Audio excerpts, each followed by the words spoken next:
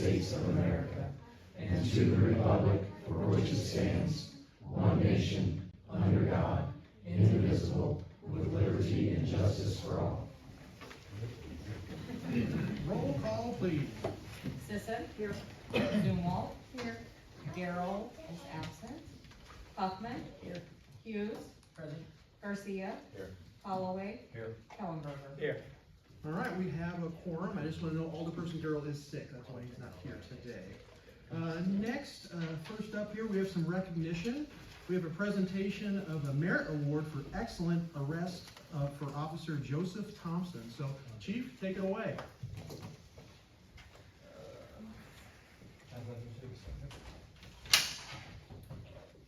Turn on this way. So this is Officer Thompson. As most of you know, I've only been here 2 months. On my 4th day here, he decided to do 2 search warrants in the middle of the night. Wake me up and drag me out of bed. So on the 12th of March, 2026, Officer Thompson was involved in multiple narcotic investigations in the city of Litchfield. Thompson gathered information about individuals being in possession of multiple firearms along with a large quantity of illegal narcotics. On this day, Officer Thompson was instrumental in the authorization and execution of multiple search warrants, which ultimately led to the seizure of 3 firearms, over 135 grams of methamphetamine, and approximately $4,000 in cash. In recognition of his outstanding contributions and continued dedication to excellence, this letter serves as a formal expression of our appreciation for Officer Thompson's honorable service. And we have a letter of commendation, but that's not all. We have one more to go through. Joey, I'd like to present you with this letter of commendation for your doings on that night. Thank you. Okay.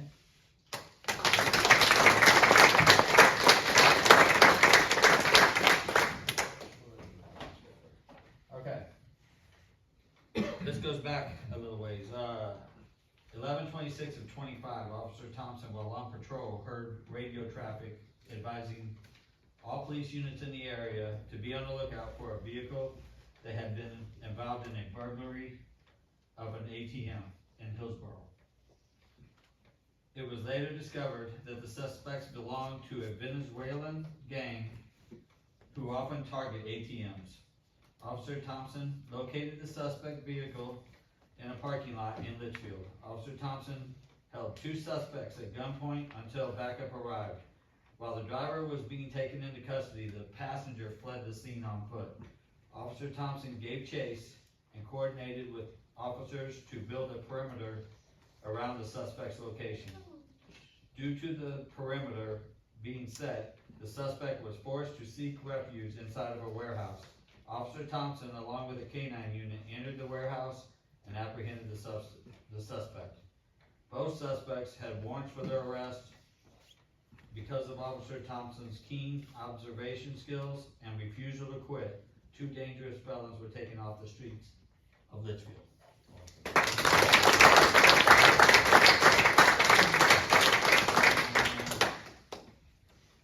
For that, we have the merit award that we're going to present to Officer Thompson. That's very cool.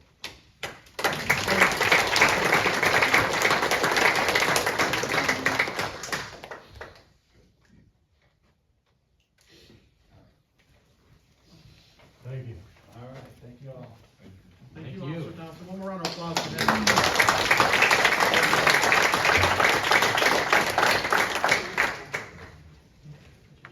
All right, next, we have some proclamations. I have 4 proclamations to make, so I apologize for you listening to me read these proclamations, but they're all for great causes and they all deserve to be recognized. So the first proclamation I'm going to make here is in regards to public service recognition, and here we go. Public service is a noble calling that strengthens our communities, safeguards our freedoms, and improves the quality of life for all. And the dedicated individuals who serve the government at the local, state, and federal levels work tirelessly to deliver essential services, respond to emergencies, and uphold the public trust. And these public servants, whether in education, public safety, healthcare, infrastructure, environmental stewardship, or countless other fields, demonstrate professionalism, integrity, and commitment every day. Public Service Recognition Week provides an opportunity to express our gratitude and recognize the invaluable contributions of those individuals. And honoring public servants fosters appreciation for their work and inspires future generations to consider careers in public service. Now, therefore, I, Mayor Jake Fleming, do hereby recognize Public Service Recognition Week in the city of Litchfield and encourage all residents to join me in showing their appreciation and thanking our public employees for their dedication, service, and positive impact to our community. So, round of applause for them.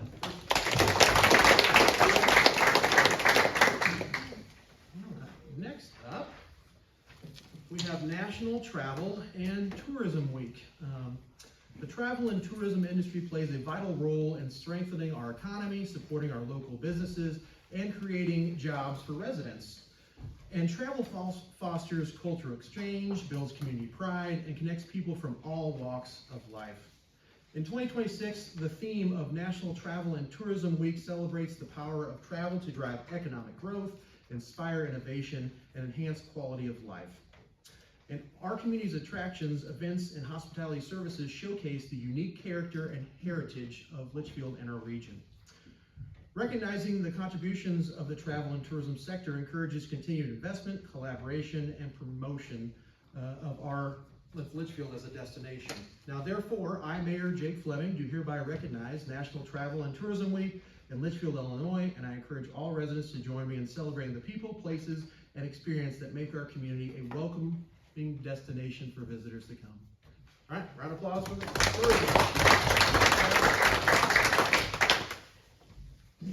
I will say we had our first pickers not that long ago. It was a great success on Mother's Day. So thank you to our tourism director and everyone that played a part. Volunteers are key to the success there. So, all right, next up, we have a proclamation recognizing National Police Week. As you saw, our police do a lot of great things and go above and beyond our community. So this is a big one. National Police Week is a time to honor and remember the dedicated law enforcement officers who have given their lives in the line of duty, and to recognize the courage, commitment, and sacrifice of those who continue to serve our communities. Whereas the safety and well-being of our residents depend on the unwavering service of police officers who work tirelessly to uphold the law, protect lives and property, and safeguard the rights and freedoms of all.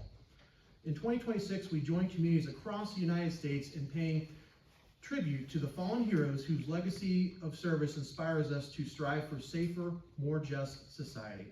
It is fitting that we express our gratitude to the men and women of law enforcement for their professionalism, integrity, and dedication to public service. I, Jacob Fleming, Mayor of the City of Litchfield, do hereby recognize National Police Week in Litchfield, Illinois, and call upon all residents to participate in activities, observances, and expressions of appreciation for our wonderful law enforcement officers. How about a round of applause for them, please?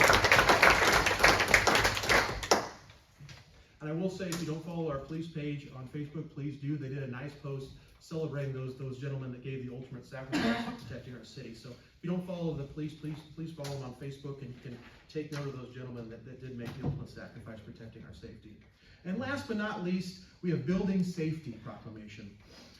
Our community is committed to recognizing that our growth and strength depend on the safety and essential role of our homes, buildings, and infrastructure, both in everyday life and in times of natural disaster.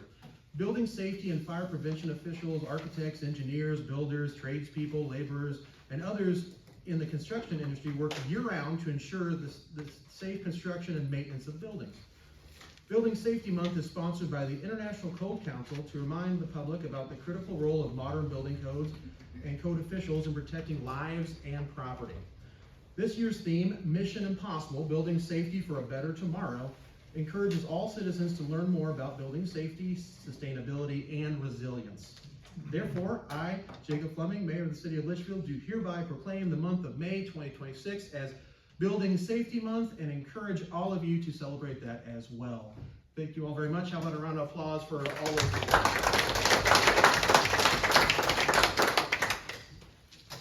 Oh, that's all my proclamations. Sorry you had to deal with me reading all that. Next up, we have the city reports. I'll talk just a little bit longer here. We have a big holiday coming up, Memorial Day, this weekend, and there's lots of events happening. Number one, let's not forget why we celebrate this holiday. It's for those that gave the ultimate sacrifice, and I think the best way to celebrate them is to remember and live with the freedoms that we do in the United States. Enjoy yourself and be with family. I think that's what they would have wanted. And some of the events going on, we have our second annual Ruck March happening Saturday, May 23rd at 9 a.m. It's going to start at Schock Field. And one thing I love about this event is two Marines run it, two local Marines. It's 100% free. They'll do a ruck, and you don't have to wear a backpack. You can just walk, but it's to honor all the fallen. And I think it's for a great cause, no matter who you walk for all those men and women that gave their lives for our country. And another thing, that's at 9 a.m. on the 23rd, Saturday, coming up. And then right after that is the Ray Schock Historic Showcase at 11 a.m. And that follows that up. Ray Schock, I think it's been 100 years, and he's one of the most famous people to ever come out of Litchfield. So right after that, our Litchfield youth are going to be doing a tournament at the same place where that Ruck March is happening. So if you have time, come watch our youth and honor Ray Schock, one of the best citizens to come out of Litchfield, in my opinion. And last but not least, another thing to celebrate is Lake Lou Yeager is 60 years old. Hard to believe. It's 60 years old. We're celebrating its birthday. And one great thing to do on Memorial Day would be go to the beach house and celebrate with family. It's going to be open as of Friday, correct? Tomorrow. Yep. Tomorrow. Open tomorrow. You can come Memorial Day throughout the weekend and celebrate our wonderful Lake Lou Yeager Beach House. And one thing I did want to mention is they now do accept debit and credit cards. So there's more ways to pay. I know a lot of people have been wanting to do that. So we have Memorial Day coming up. Let's celebrate that. And that's all I had. Is there anything else from the floor to be discussed? All right, moving on. Did anyone sign up for public participation? No, there's nobody saying. All right, no public participation. With that said, we'll move on to other business. First, we'll need a motion to accept the regular meeting minutes from the May 7th, 2026 meeting. Can I get a motion to that effect, please? Alderperson Garcia, can I get a second? Alderperson Sisson seconds. Any amendments to those minutes? Roll call, please. Holloway. Aye. Kellenberger. Aye. Sisson. Aye. Zumwalt. Aye. Huffman. Aye. Hughes. Garcia. Motion carries. Next, we'll need a motion to approve the expenditure report and payroll report for the current period. Alderperson Huffman has made a motion. Can I get a second? Alderperson Garcia seconds. Any questions about that? Roll call, please. Garcia. Aye. Holloway. Aye. Kellenberger. Aye. Sisson. Zumwalt. Huffman. Hughes. Motion carries. There is no old business, so we'll move on to new business. And the first item in new business will be handled by Alderperson Burt Holloway. I make a motion to approve an ordinance amending city code titled XIII, General Offenses, Chapter 130, General Offenses, adding section 130.06, Grata. All right, we have a motion on the floor from Alderperson Holloway. Can I get a second, please? Alderperson Zumwalt, second. The floor And is- if I could do, an intro to this item, so I wanted to thank the Montgomery and Macoupin County Ross group for bringing this to our attention and to help us craft this ordinance. At this time, I would like to invite Elise from Ross up to give a brief presentation. I couldn't see behind you. Good evening, Litchfield council members. My name is Elise Schoen, and I work with the recovery program at Macoupin County Public Health Department. I'm here on behalf of the Macoupin and Montgomery County Ross to speak to you about kratom, can also be pronounced kratom. It has become an increasingly urgent public health concern, one that is affecting our clients over at St. Francis Way Clinic, our families, and especially our youth. Kratom is an herbal product derived from the leaves of a Southeast Asian tree. It's often sold in gas stations, smoke shops, and convenience stores, giving many people the false impression that it's natural and safe. In reality, kratom has opiate-like properties and can cause dependence, withdrawal, and dangerous interactions with other substances. According to an epidemiologist in Tazewell County, kratom was involved in 6 overdose deaths in just one county in 2023, making up 19% of all overdose deaths that year. In every case, kratom contributed to synergistic effects with psychiatric medications that cause fatal respiratory depression. Kratom also has been documented as impacting different side effects such as hallucination, agitation, psychosis, aggression, liver problems, and even death. As recognized by city officials in East Peoria when reviewing public health incidents tied to the substance. This is not a harmless product. It acts as an opiate on the opiate receptors. In high doses, it can have a sedative and depressant effects similar to opioids. Effects that many of our community members are not fully understanding, which particularly concerns us in the addiction field, with the number of people who are beginning to take Kratom believing it will help them manage their anxiety, pain, or even help them taper off their opioids, only just to become dependent on Kratom itself. We are also now seeing youth exposed to Kratom, sometimes marketing it, different programs like gas stations and some of our smoke shops are saying it's an energy shot or a natural mood booster. And then in one Illinois case, a man became addicted after being given a free Kratom shot at a gas station near a junior high school. He later died as a result to that addiction, and his community described his death as preventable. This trajectory mirrors what many of us remember from the rise of the K2, synthetic cannabinoids, and bath salts just a decade ago. Those substances were legally sold in gas stations labeled not for human consumption and marked as a safe alternative, until communities began experiencing psychosis, violent behavior, and predictable medical emergencies. We are now seeing similar patterns with Kratom. It's legal, unregulated, and we're seeing serious consequences before legislation even catches up with it. Across Illinois, multiple towns have already recognized this threat and taken action. Cities such as Monticello, Edwardsville, Jerseyville, and most recently East Peoria, Heron, and Marion, and I believe Maryville too, right? Yes, have passed ordinances banning or restricting Kratom sales due to these very public safety concerns. As even of March 2026, Connecticut and Louisiana state classified Kratom as a Schedule I controlled substance. These communities acted because they saw increases in addiction, ER visits, and family harm. They chose to prioritize their residents over an unregulated product with known risks. Meanwhile, state laws currently only prohibit Kratom sales to minors under 18, which is far from enough with what we know. Local measures have proven to be the quickest and most effective way to protect citizens, and as a community health professional, I urge this council to consider the very real risks that Kratom presents, especially as we see more youth exposed, more adults turning to it in moments of vulnerability, and more families dealing with it and the fallout. We have an opportunity to prevent the same crisis curves that we experienced when we saw K2 bath salts and other legal dangerous substances. Tonight, I ask you to consider exploring the city ordinance to regulate or at least restrict Kratom sales within our community. Other Illinois towns have already taken these steps, and we now have the benefit of learning from their experiences and their data.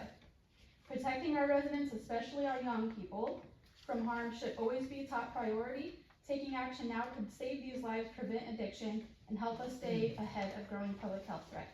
Thank you for your time and your commitment to our safety. Thank you. Thank you. So once again, thank you to Ross for starting this conversation with us. What the ordinance in front of you tonight does is it bans the sale of Kratom within the city of Litchfield. So if an individual would want access to the substance, they would have to buy that elsewhere.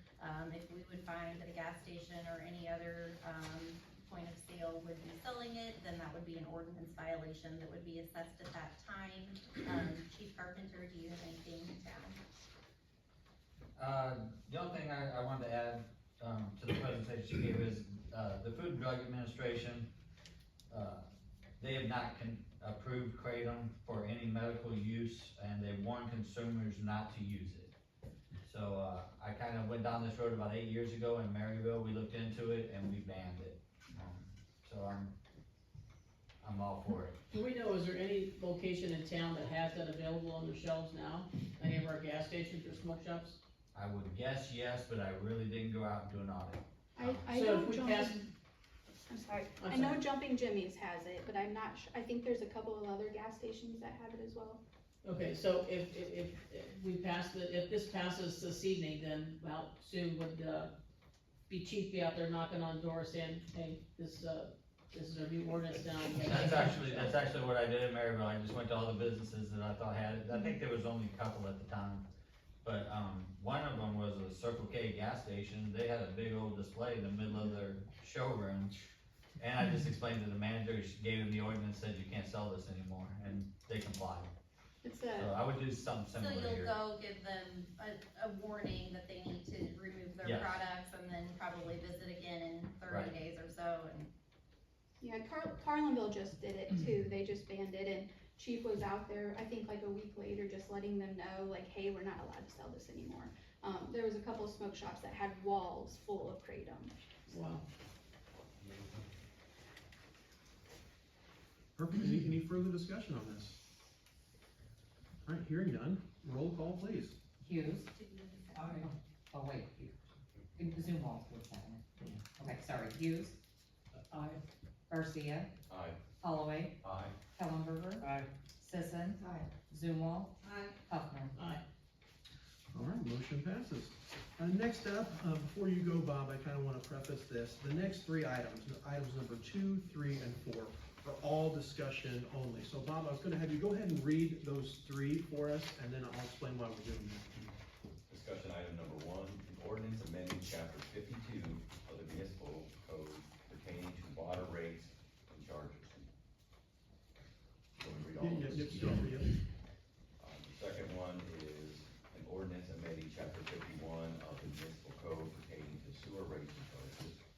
And the third one is an ordinance repealing resolution 316 adopting utility improvement fee. Thank you, Alderperson Garcia.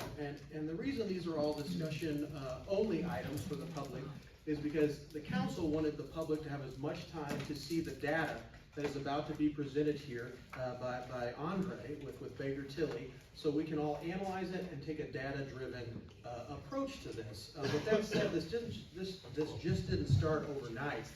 Roughly 8 months ago, before we had that horrible system-wide boil order, we started the process of looking at our underground infrastructure and taking a data-driven approach on how to fix it. And Andre's here, and he's gonna present that, and the council made it clear that there was kind of 3 hallmarks we wanted to follow with this. Fairness, which is aligning the costs with capacity, usage, and reducing unfair subsidies. Affordability, that's big in this modern world, keeping rates affordable for residents and competitive with nearby communities. And number 3, simplicity. And this isn't complicated, make it simple, all right, for the public. And Andre, you've worked hard on this. I'll let you introduce yourself. Thank you for being here in person, and take it away, my friend. Yeah, thank you, Mayor. My name is Andre Riley. I'm a principal with Baker Tilly. I work out of our Indianapolis and Chicago offices. And I'm going into my 23rd year of working in the utility rate-making industry. So I've worked for 2 different firms, but mainly focus on water and sewer and stormwater utility rates. As Mayor said, we started this process about 8 months ago. And so I want to thank Brianne, I want to thank Anne Marie, you, Mayor, Alderman Garcia. Working with us through this process, we asked a lot of information. We asked even more information, and then we had multiple meetings. I think we had probably 8 or 9, 10 different meetings, just to kind of talk through, where does Litchfield want to go? When you think about utility rates, and really how do you make the investments that you need to make in the system, and also think about an affordability lens for all the ratepayers. They're going to be paying in the system and using the system at the same time. And also looking at it from a long-term strategy, not just today, but really what is the next 5 years going to look like. I would also say, please interrupt me at any point in time. Happy to answer any questions. I know there's a lot of information here. I can go on for a long time. I kind of have a monotone voice, so please just stop me, because I kind of get bored listening to myself talk about things I talked about for 23 years. And Andre, can I just say this? Yeah. The full packet that we have right here is shared with our agenda, so the public at any time can Yes. look at what you're showing us. Yeah. Mhm. We really try to go to a lot of graphs and charts, get away from a lot of the black and white numbers. There still are a lot of numbers. I'm a wonk at heart, so I can always get real deep, but I'll try to keep it as high level as possible. Mayor, as you said, we really looked at fairness, affordability, simplicity. We went through probably about a few weeks with administrative staff, Brian and Anne Marie, really, what are the key tenets of when you think about that for, developing, what is that North Star gonna be? Literally, one of the big things was maintaining affordability, particularly for the residential customers. I would say this, about 70% of the retail customers are residential. They make up about, most users use about 2,500 gallons. That makes about 66% of the usage or the consumption of water. Another thing we really try to look at is, as we just went through the baseline study, we noticed there was some subsidies, meaning that as you look at it from a equity lens, that certain classes of customers were subsidizing other classes of customers. So one, we had to address that. How do you do that equitably, fairly, and just considering how that's gonna impact all the different users? And obviously it had to be cost-based. When you're doing a cost of service study, not everybody's rates go up by 10% or 15%. You're aligning costs with how the users use the system. That means that you can have some variability in different user classes with different dollar amounts as far as whatever adjustments may happen to their monthly rates. And the other thing is you gotta keep your rates competitive. Not only do you wanna be, affordable, but you also, when you're thinking about economic development, other things like that, you just have to be very considerate about how those rate increases are gonna impact any future users that may come in. Again, a lot of communities that I work with throughout the Midwest, they're thinking about economic development. How can we attract businesses that will, increase the tax base, but also take care of the people that have been here and lived here and made investments in the system by paying their monthly use fees. And then you also wanted to have a simple rate structure, meaning whatever variable and fixed rates you're gonna have, make it simple. So as you're billing and collecting, okay, I can kind of go back and recalculate based on my meter size, and then how much water usage that I'm using for both my water and sewer bill. Excuse me. So if we can go to the rate calculation or rate considerations slide. Yeah. So as we looked at, when we're doing our study, we look at some prior years and then we look prospectively. And what we noticed is that even though you're a smaller community, you have healthy cash balances for the current operations that have happened in the past. Now, that doesn't necessarily mean that that's going to be sustainable for the future as you start to look at $30 million of projects for both water and sewer, and also kind of take care of some of the deferred maintenance that has occurred over the last few years. Andre, can I just make a point since Yes. you talk about cash balances? Yes, go ahead. So one thing that a lot of the public doesn't understand is we have our general funds for all the general expenses, and then water and sewer is under enterprise funds, which is a whole nother ballgame. And by law, we have to break even on that.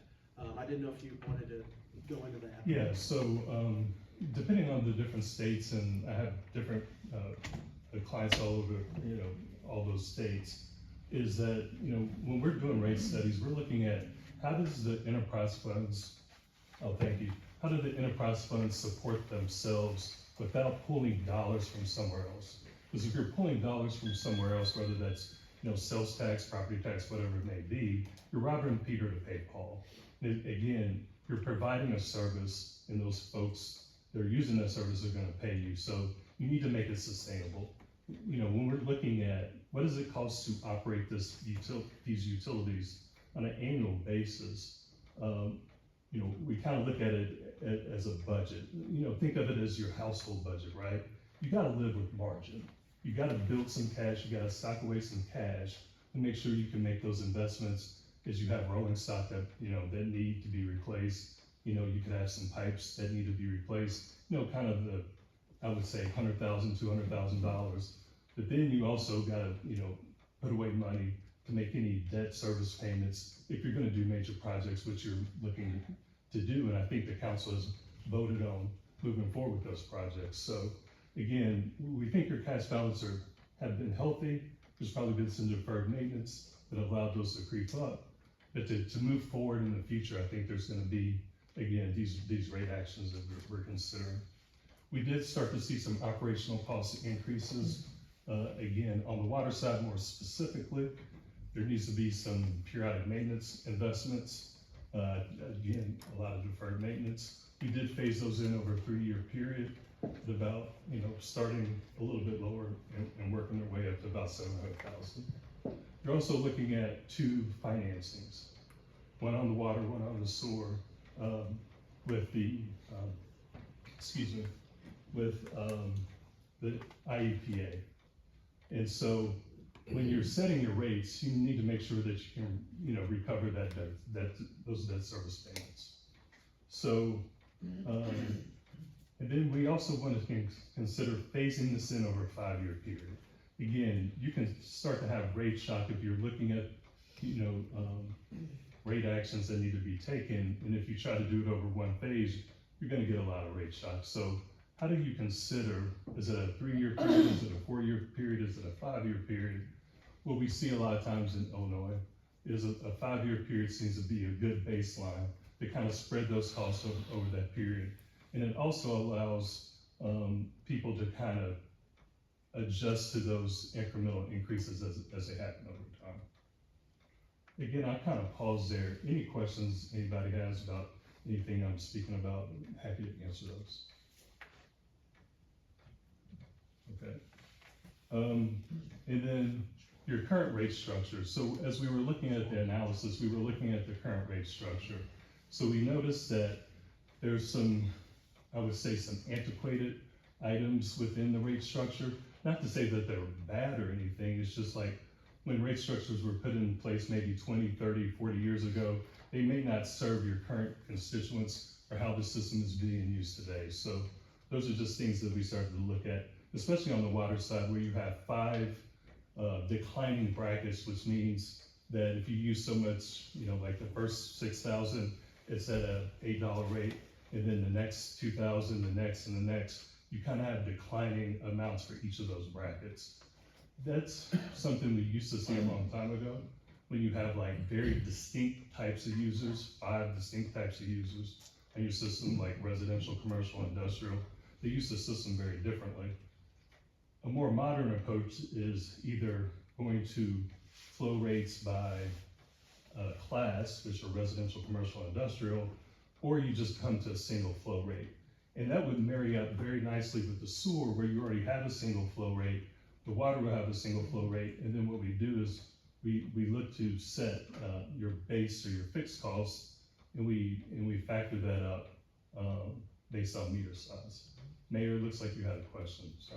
Oh, no, I think this is wonderful, and so basically, it's all about the size of your meter. Most of our customers have smaller meters, so it's gonna affect the people that are using more water or have the larger meters in a fair way. It's all about the usage, correct? Right, it's all about,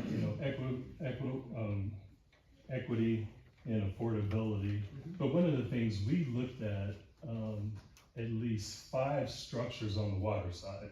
Over that 8-month period, we looked at 5 different structures. Not only the current, is that, again, what do we think the pros and cons of that structure is? And kind of went through that process. On the sewer, we looked at 3 different structures. One of the things I didn't mention at the top is when you're designing rates for water and sewer, it can be, it's like from the sun to Pluto and from the sun to like Mars. The processes of doing it is very, very different. Because you have different peaking factors, you have different capacity factors. You're looking at, on water, you're looking at max day, max hour, because you're pushing out water. When you're taking in sewer, the factors are much different because it's going through a much more evasive process.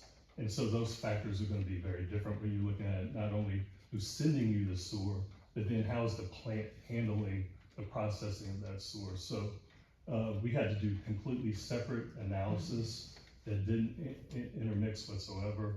So again, I think if we had to do a factor of that, that's just a lot of different analysis that we did. So I think there was a lot of careful consideration, again, a lot of conversation to walk through that. Again, I already mentioned, if we go to the next slide, the proposed projects. One thing, if you go back just really quick, one thing at the bottom, I just wanted to mention, the last thing on there mentioned the $5 meter fee, which here, this wouldn't be on here, this is more a local thing, so I just wanted to explain it. Yes. A lot of the public, on your bill in the top corner was a $5 meter fee. And Brian, I'm gonna have you chime in on this. You know, there's a lot of misinformation. Oh, that money was being embezzled, you weren't using it in the right place.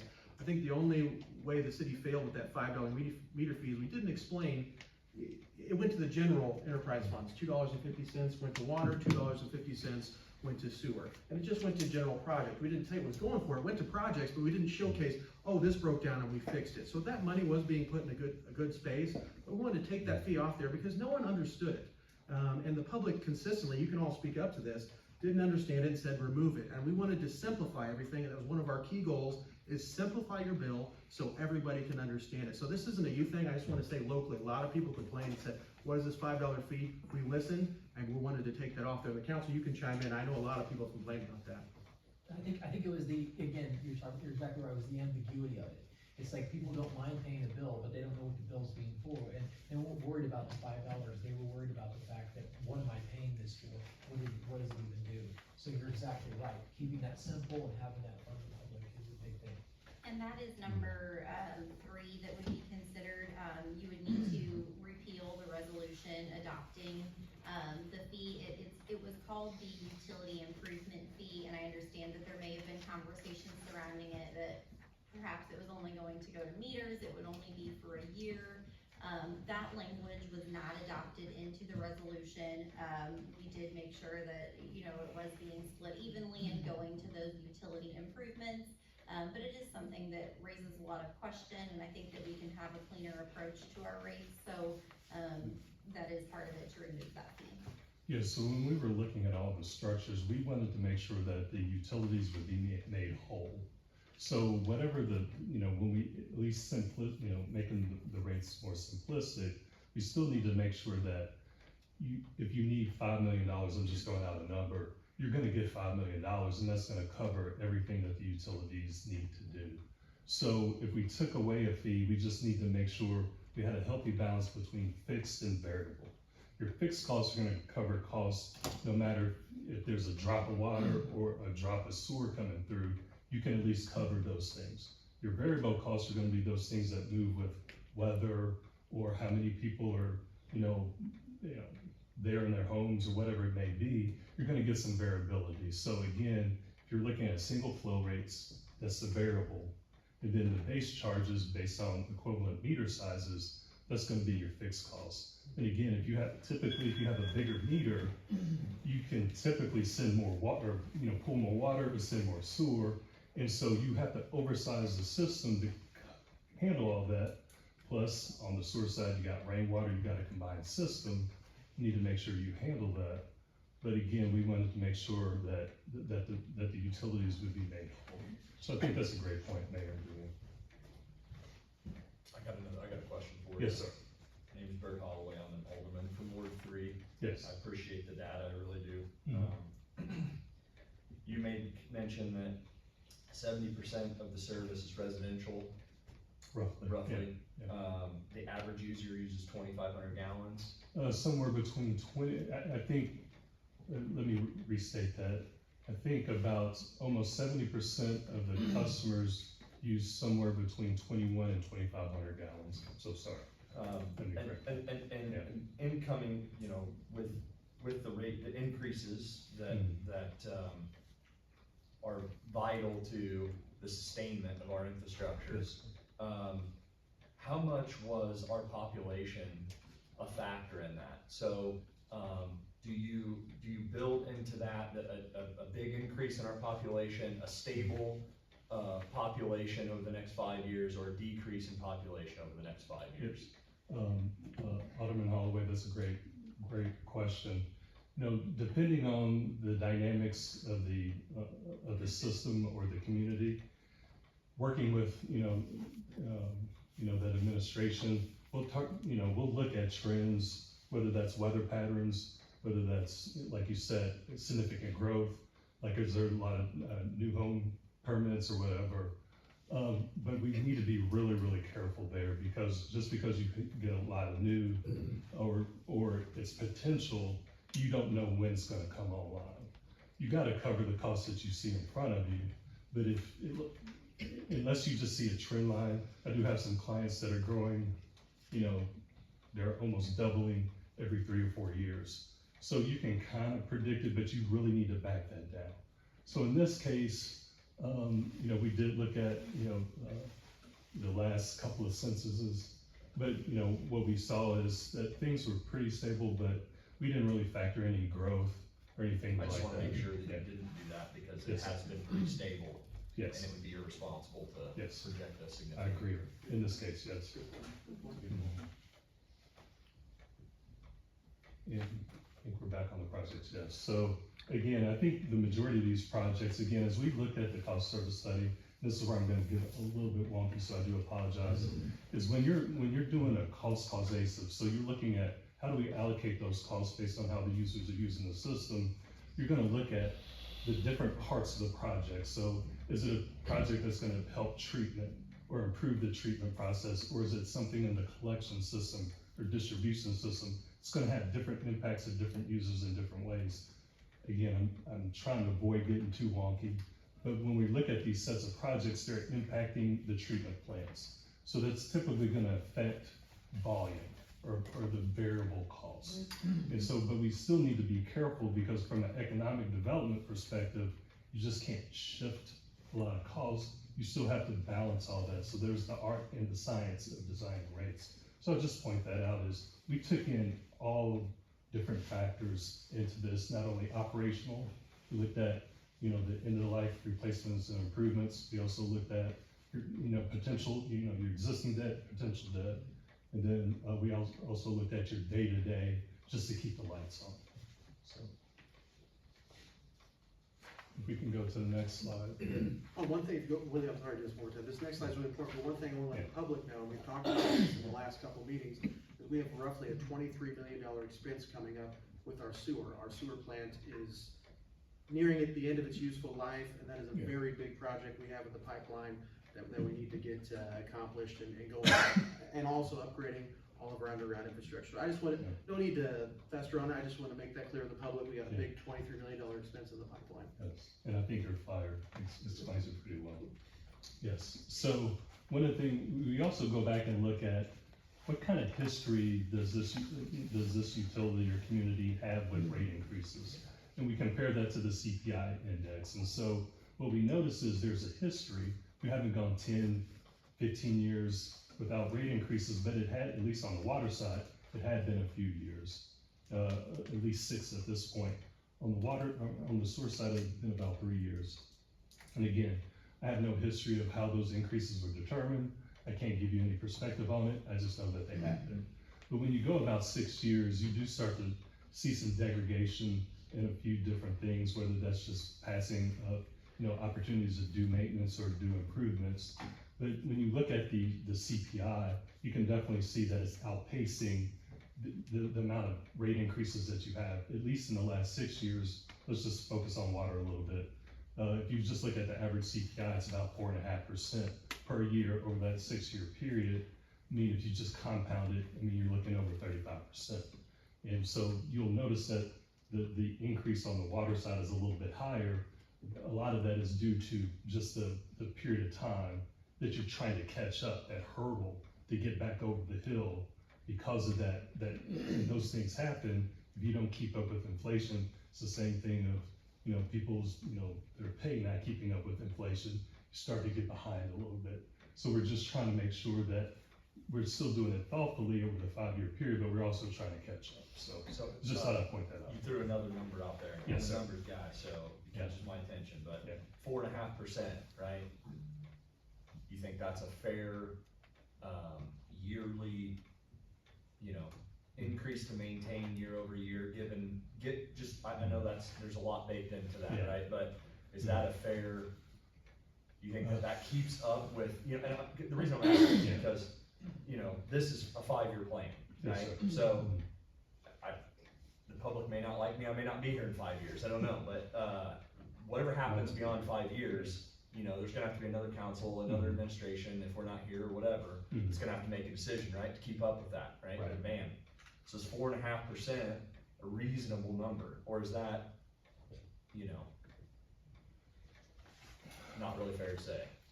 It's really hard to say. If I could answer your question and be 100% right, I wouldn't be standing in front of you. I'd have my own private island somewhere. You know, when I'll give you this, when we're looking at future operational costs, if we don't have a great crystal ball, we don't, you know, there's a lot of changes, you're doing significant projects, we'll add inflationary factors to operations. Just because you got salaries, you got benefits, you got chemical costs, repairs and maintenance, you're hiring out contractors, they're raising their fees, you know, it's just the nature of just living on this earth. That may be safe from that perspective, but when you add in everything in the mix of like, okay, we're looking at our household budget, right? There's so many different things moving around. I would say, and then you got usage patterns that are moving around a lot. I would say you really need to think about, I guess that's an easier analysis. I'm saying people have done it. I would just be really, really careful with that. But in this given example, Yeah. if we had done, in the water, we had done Yeah. 4.5%, right, over the last 6 years, we wouldn't find ourselves in this. You would still, I would say you would still need increases because of the improvements that you need to do, but you probably wouldn't have, again, I can't predict that. Decision makers probably before you all might have made more investments in the system, especially on the water side. You could argue, yes, you probably wouldn't be needing to dig out of it as a big of a hole. I just don't know if you can completely eliminate any of your rate increases. You had said something to the effect of, that, you know, we're taking a look at the numbers here, and I'm going back here because I can see the number 2015. I know I wasn't on the council then, probably most of us weren't here on council, so you talked about how, you know, kind of not knowing what it was that factored into the rate increases they did, like how those were kind of figured out in the first place. So I just wanted to briefly kind of say, you know, Bree, you've probably had a better chance to look at those numbers and that data from the past, like how were these decisions made? And, you know, I mean, obviously there's a fairly decent discrepancy here, so I wanted to see what your thoughts were on that. Sure. So would you be able to put up the, Excel file that we have of the past increases so that everyone can see? So we did map out the, past increases that the city. This is the proposed going forward. Okay. That's okay. Yeah. That's okay. So, we did map out, past increases that the city had done, and I did, you know, my first year doing the budget here, just kind of asked for some history on those. So we haven't had a formal rate study like this that really encompasses future projects. It was more so based on, funding needs at the time, which is a good approach. But when you're looking at tackling these big projects, that's when you really need something like this to be able to project that far into the future, and we just haven't had that until now. So, you know, the last 8 months, we've been working on this, and the year before, we said, okay, you know, do we want to do an 8% and a 12% again? It felt a little bit arbitrary without really knowing exactly what would be needed, so that's why we did the formal study. Do we know why there was a stop? I mean, if you take a look at our data here, 2020, again, wasn't on most of this point here, 2020. What was the reason or rationale why they just stopped, I mean, raising them at all, do you know? I do not know. It could have had to do with, council appetite for rate increases. It could have had to do, with not feeling that there was a dire need at the time.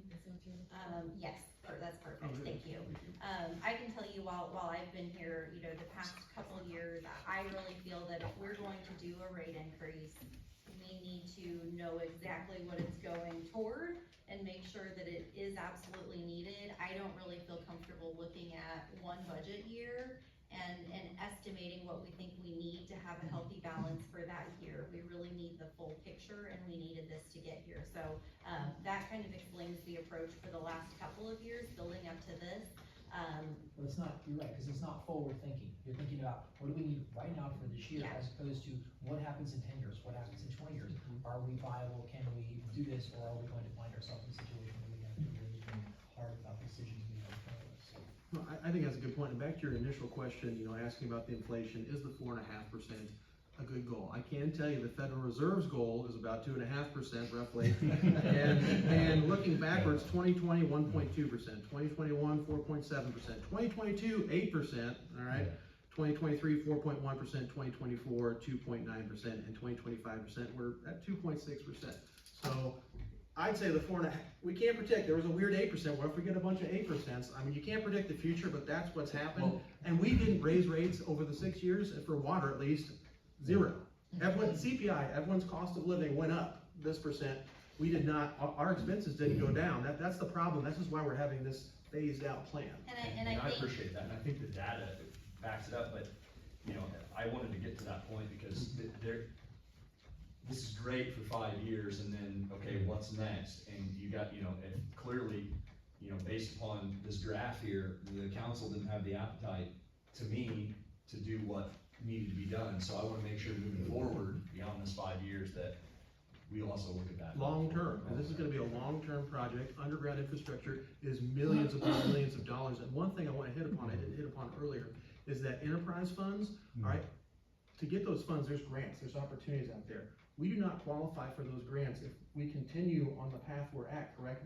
We need to be at break even in those enterprise funds, correct, Fran? yes, so we have received, like CDBG funds, other, smaller, grant proceeds toward water and sewer lines, but yes, from my understanding, in speaking with Andre's team and our engineers, when we're looking at IEPA low interest loans for 23 million, they're gonna be taking a really hard look and making sure that we're charging enough to pay for this if they're loaning money on it. Mayor Fleming, just to make sure so that doesn't elude anyone in public, so I wanna go back to something you said here just a moment. You said we must be able to, in order to qualify for this, we must break even. So just to make it clear, we have not been breaking even, is that what you're suggesting? Well, if you look at the most recent budget that we just passed, you can speak to it. What deficit were we, it was 1 point, we had all the emergency funds, we had the boiler that were all as fresh in our minds. Roughly, we were $1 million in the hole with this most recent budget because of all those unexpected, unplanned expenses. That's a very good point to make, and I know you're pulling up the data. So for this budget year, we did have to factor in, so we had a few choices in making the budget, and I know I've had these discussions with a few of you, so unfortunately, we didn't have the right study done by the time we had to do the budget. So we had to estimate in an increase that would allow us to break even. Now that breaking even is still running at over an $800,000 deficit on the water side. That's for what I was sewer. confused about, Yeah. and I'll be the first to say I was confused about that, because I didn't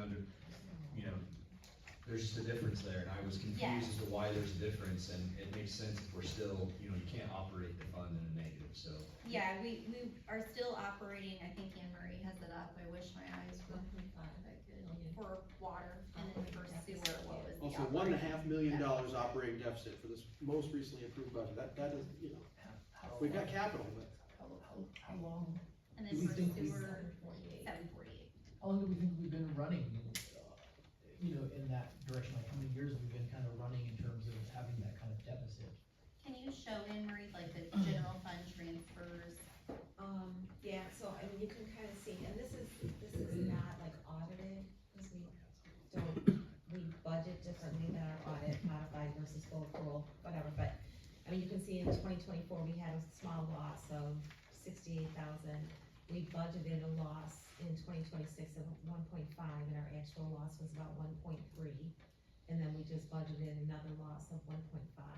And this is due to all the expenditures. Yeah, it's just the increased expenditures versus the rate increases that were put in place. And, I mean, I don't know if there's an expert in the room, but these expenditures caught up to us again,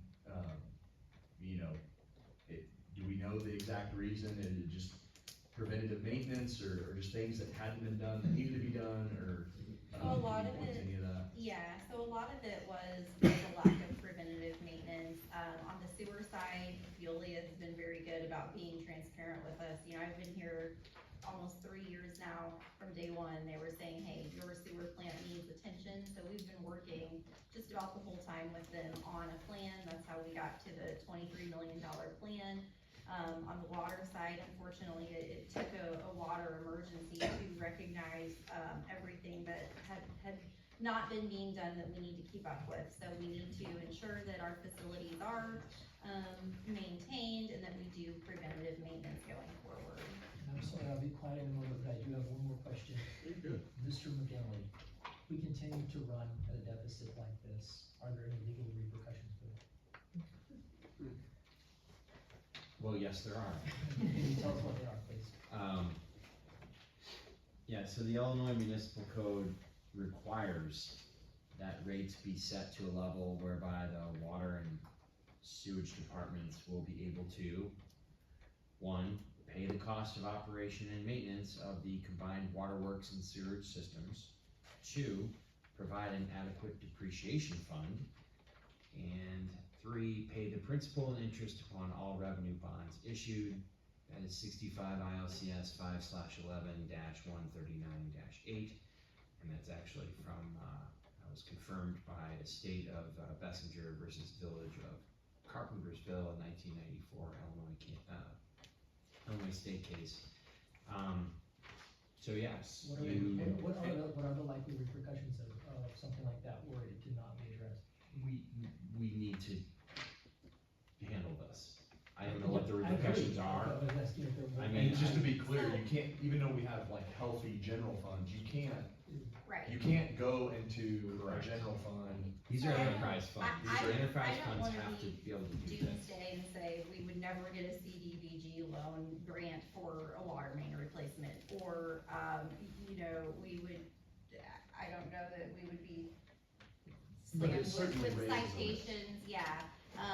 If we are moving into general funds, that being said, like, if we're, I think where, to me, and Mike, correct me if I'm wrong, but to me, it's not necessarily a legal risk if we're not seeking any aid, but if we're seeking financial aid for projects, and this is a state regulation, the state is not going to loan us money for them. We're not gonna be able to cough up $27 million in total for both of these projects. No municipality can, so we need to abide by state law to get state funding. Makes sense. Back to you, Andre.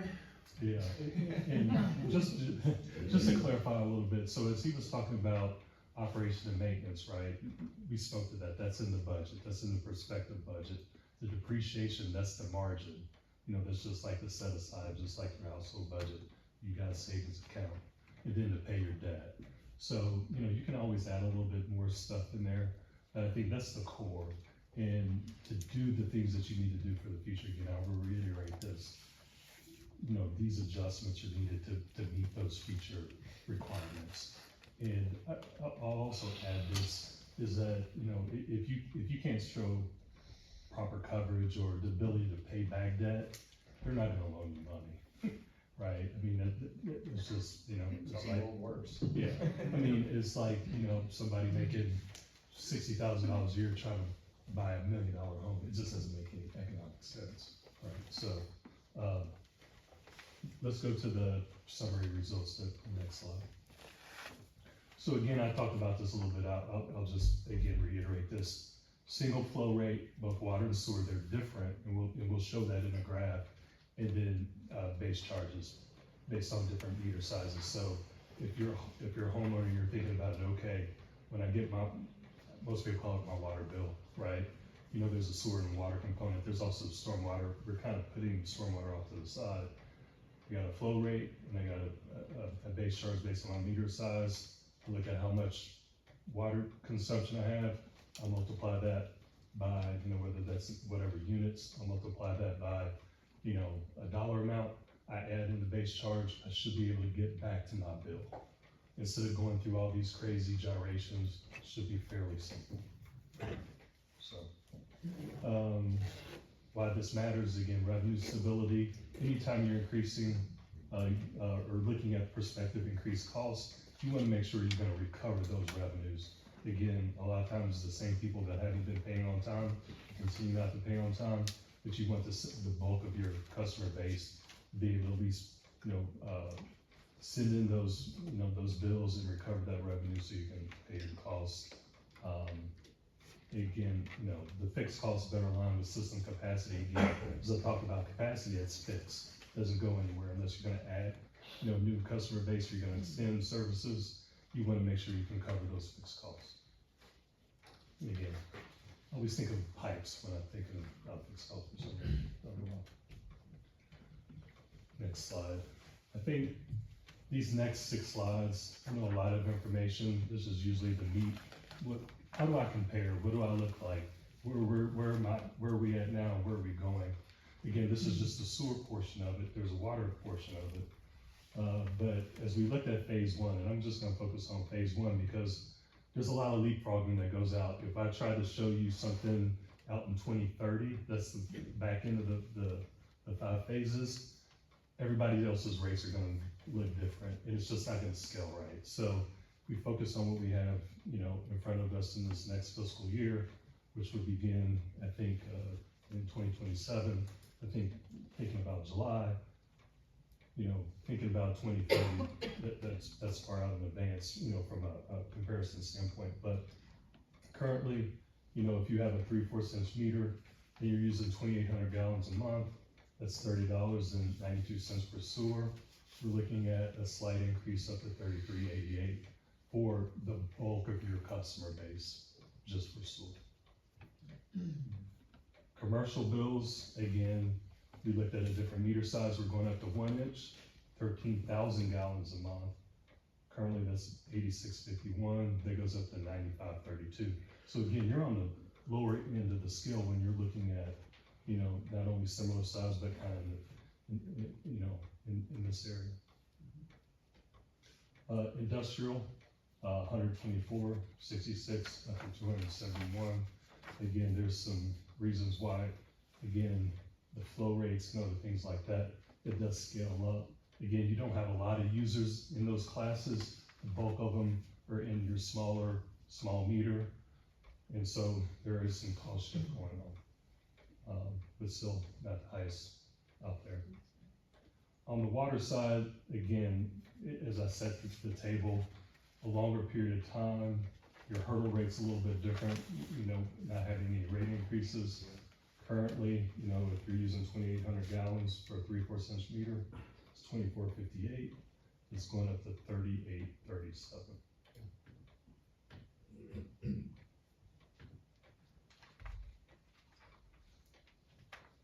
On the commercial side, currently 104.67, and it's shifting up to 165.29. Now the industrial bills is 154.30 and going up to 279.24.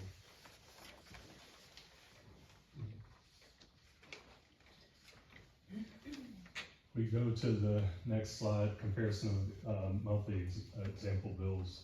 We looked at, working with the administration, we looked at about 16 to 20 different meter sizes, customer types, usage patterns, just to get an example of what's out there.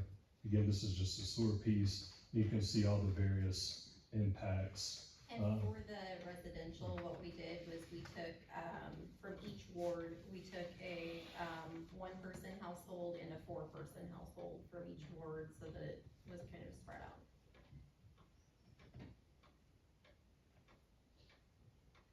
You said the average user is in that 21 to 25 range, is that correct? That's correct. Like the majority of them, okay. Right. So within the phases, if we're looking at from the current rate it is now, until the final phase 5, we're looking at roughly 63% increase thereabout. Yeah, so, and I'll explain this a little bit, but when I was looking at that user group, because of the cost of service study, the percentages very wide. I mean, everybody has a unique percentage increase. I really try to focus more on a dollar amount. And so, if you look at the combined bill, right, it's about a $7.70 increase on average over that 5-year period. So, percentages sometimes can be a little, but yes, I agree with you. That's roughly about right. On the next slide. Again, this is just a bit stratification or impact. I won't spend a lot of time here. This is where you get a lot of the black and white numbers. but we really wanted to show just various usage, at different meter sizes and what those impacts are gonna be. You can see as you get to the bigger meters, which you have very little at that end, but you still wanna be careful from a growth and economic development perspective of kind of how you see, at least on that phase one, what happens to all those different meter sizes at different various monthly usage amounts. Again, it's just, looking at a whole host of different numbers. It's not that you have, a 3-inch meter using 5 million gallons a month. Just wanted to show what those impacts are. On the next slide, slide 17, I sometimes talk about this a lot, but, and I won't spend a lot of time here, is really when you're thinking about revenue recovery, again, revenue stability, when you have fixed costs, typically, no matter, the usage is varying, you still have to recover that fixed cost. So one of the things that we looked at was where the current structure is, the fixed to variable is about 41 to 59. And then we're bringing that up because as your budget has to increase because you're now covering more costs, if you have more variability in that, you may have some issues with paying, debt service or making the investments that you need. So you can see there is a shift up a little bit to make it a little bit more balanced, at least on the sewer side. Again, sewer typically costs more to treat. I'll leave it to the OIF people. I'm not an engineer, but at least from my history, I typically see sewer bills a little bit higher. It's a more corrosive environment. It just depreciates much faster. You have different regulatory requirements as far as the Clean Water Act and other things. It's just you want to be making sure that you can at least cover all those different things. Mayor, it looked like you had maybe some questions or thoughts. No, disagree. Yeah. If we go to slide 19, again, I know we're starting to get into a lot of the detailed numbers, but again, here's the impacts for water. Again, the same subset of customers where the current rates are, the phase 1 rates, and then the phase 5 rates. So I would share that the increases across the board on the water side are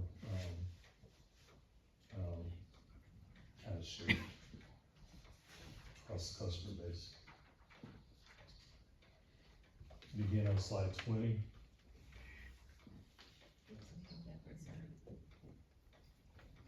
Same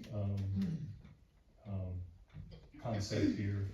You can see that the numbers just, again, for all the different subsets get a little bit more graduated.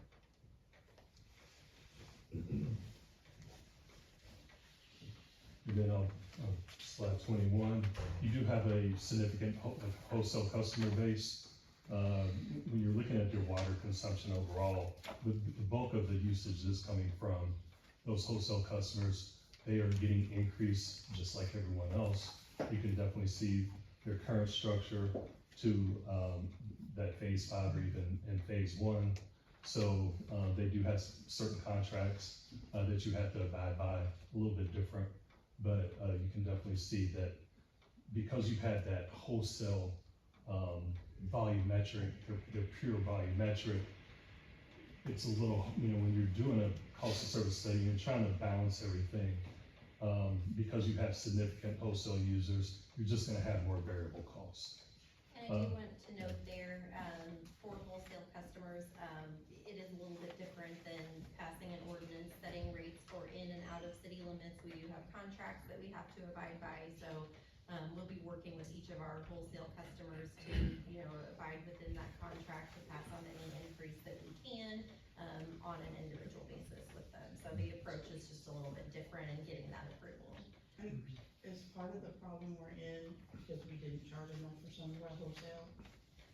We're currently, so based on, I believe it was Illinois Rural Water, they did a study that we are losing money on many wholesale customers currently, so that's why the last 2 that you've seen did include increases. On slide 23, again, this is just a repeat. It's all water and sewer combined. So I think on the other other slides, I spoke a lot about, these individually. Again, this is a takeaway just to kind of see what a combined water and sewer, bill is, again, excluding the stormwater impacts. If you go to slide 5, again, this is just the structures. Again, this is the wonk in me, laying out each of the phase 5. You can see the base charges, you can see the base user rate or the volumetric rate, and then that additional consumer charge for the stormwater. So again, I think the bills are pretty much, sewer was already a little bit more simplistic, but we did at least try to make it equitable with the base charges, based on the capacity potential in the system. It seems to me like, just by looking at this, the impact is tried, it's less of an impact on your base user, right? Is that the goal here? That's, Because, like, when you're just rough numbers, right? I mean, when you're looking at your base user at 500 gallons, from phase 1 to phase 5, it takes a, totally different path than it does on a 2,100 gallon user, residential, on 1 to 5. I mean, there's a substantial burden there, for a person, the family of 4, right? But on that line of thinking, I can understand, because in your base users are a lot of your elderly folks, your single folks, that don't have as much income, so I get it.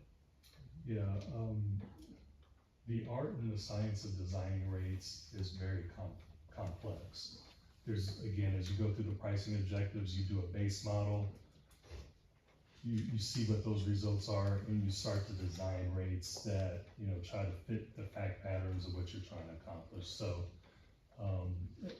again, I think the goal was to try to be as affordable as possible, to try to get as much done that both systems needed, so, yeah. Again, on slide 26, again, this is rate structure, again, takeaway, I've talked about it quite a bit. On slide 27, we haven't really talked about it too much, but this is stormwater flow charges. We didn't address those, as those had already been set, and working with the administration and others, it just, made sense to just focus on the sewer and water rates. And then slides 28, 29, are really just the water rate structures. You can see again where they were before and where they anticipated to go over phases 1 and 5 that are in the ordinances that you're considering, over the next couple of meetings. A few key takeaways, again, on slides 31 through 34, we really wanted to show where the bill count is based on the different meter sizes, because what we did notice that there might have been either some misclassifications or very few, but we just wanted to kind of show you where the bulk of your customers were in each meter class, or each meter size, excuse me. And then you can kind of see where that bill distribution is coming from, like who's paying us, who's in what, how many bills are we, in each one of those. So that's pretty much what we're trying to show the story again. Bulk of your customers, the 3-4 cents meter size, using that 1,000 to 2,000 gallons, and I think that the numbers kind of back that up. Andre, So. I think Robin had Yeah, a question. I Oh, I'm do. so sorry. That's okay, how does a user know what size meter they have, if they're residential? Is that on the bill somewhere? How do you know that? I don't believe it is on the bill, but when they are set up within the system, like in order to read their meter, we have to know the size. So that's something. Why would there be, why would there some be 3/4 and some an inch? I mean, is that just? So most of our residential homes are 3/4, so like I'm one of the families of 4 on the sample bill, I'm the one with the 1 inch, so I'm getting a little bit more of the increase than some, we have an older home. Sometimes it's your bigger, older homes that they'll design with a 1 inch, line going to it. Most of your homes now, Gary, correct me if I'm wrong, but I think pretty much everybody's putting in a 3/4 inch. That's the standard now. We have we've made, by ordinance, we have to use a 1 inch at this point, I believe.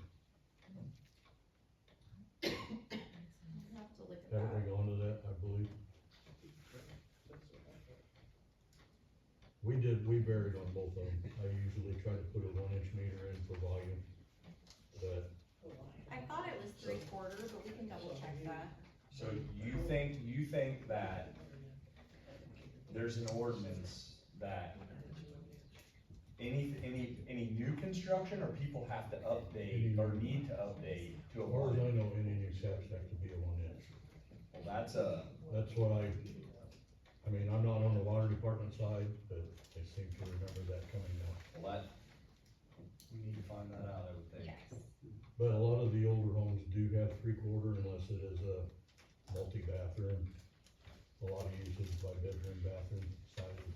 No, this is the right form, this is why this is discussion only, that was a great question, and Yeah. it's an easy fix, we gotta figure out the reason why we did that at the time, I don't think I was involved in that decision, or I could have been, I don't know, I don't wanna speak, let's figure I out the could be wrong. information, and I'm let's trying to recall move that coming forward, up. and it's an easy fix if we need to fix it, we just gotta get the facts, this is exactly why this is discussion only, I think that was a great point. Probably 3/4 of the homes here do have 3/4 meters. Yeah. At this time, anyway. Yeah, the vast majority currently What they're do. putting out at Wildflower? I don't know if they're using 3/4 or 1-inch, honestly. If the ordinance says 1 inch, it'd be 1 inch. Yeah.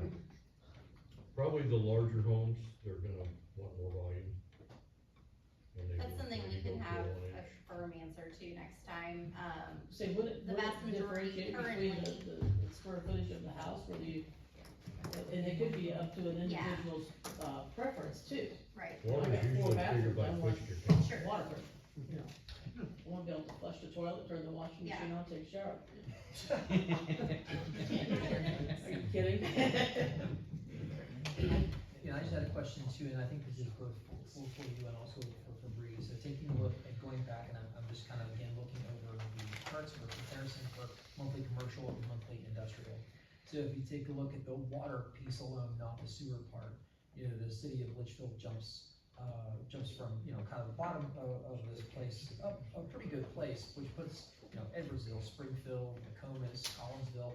If you look down for the industrial bills, it's basically the same, except, you know, you kind of have Chatham in that mix, there's Springfield, Pocahontas, Collinsville. So my question is, you've done a lot of these before, how does that potentially affect, you know, growth, seeing that like these businesses are gonna come into town, would it be, you know, cheaper marginally to go to Edwardsville or go to Collinsville, or does that affect the way in which that plays out? Gosh, that is a Yeah. you know, Answer it in 2 minutes. so, Gary, did you you know, have something to go back on? I was just shown an electronic copy of the ordinance, and we can still use 3/4. Okay. I heard something wrong somewhere. I thought we were doing 1-inch taps on all new services. I thought, Public Works said that they ordered, 3/4 inch meters, and that's what they were going to keep in stock, so, yes, they can use 3/4 inch. They can upgrade to a 1 inch if it was a very large home in the water, like, yeah. I just wanted to stir it a little bit. You had me nervous, Gary.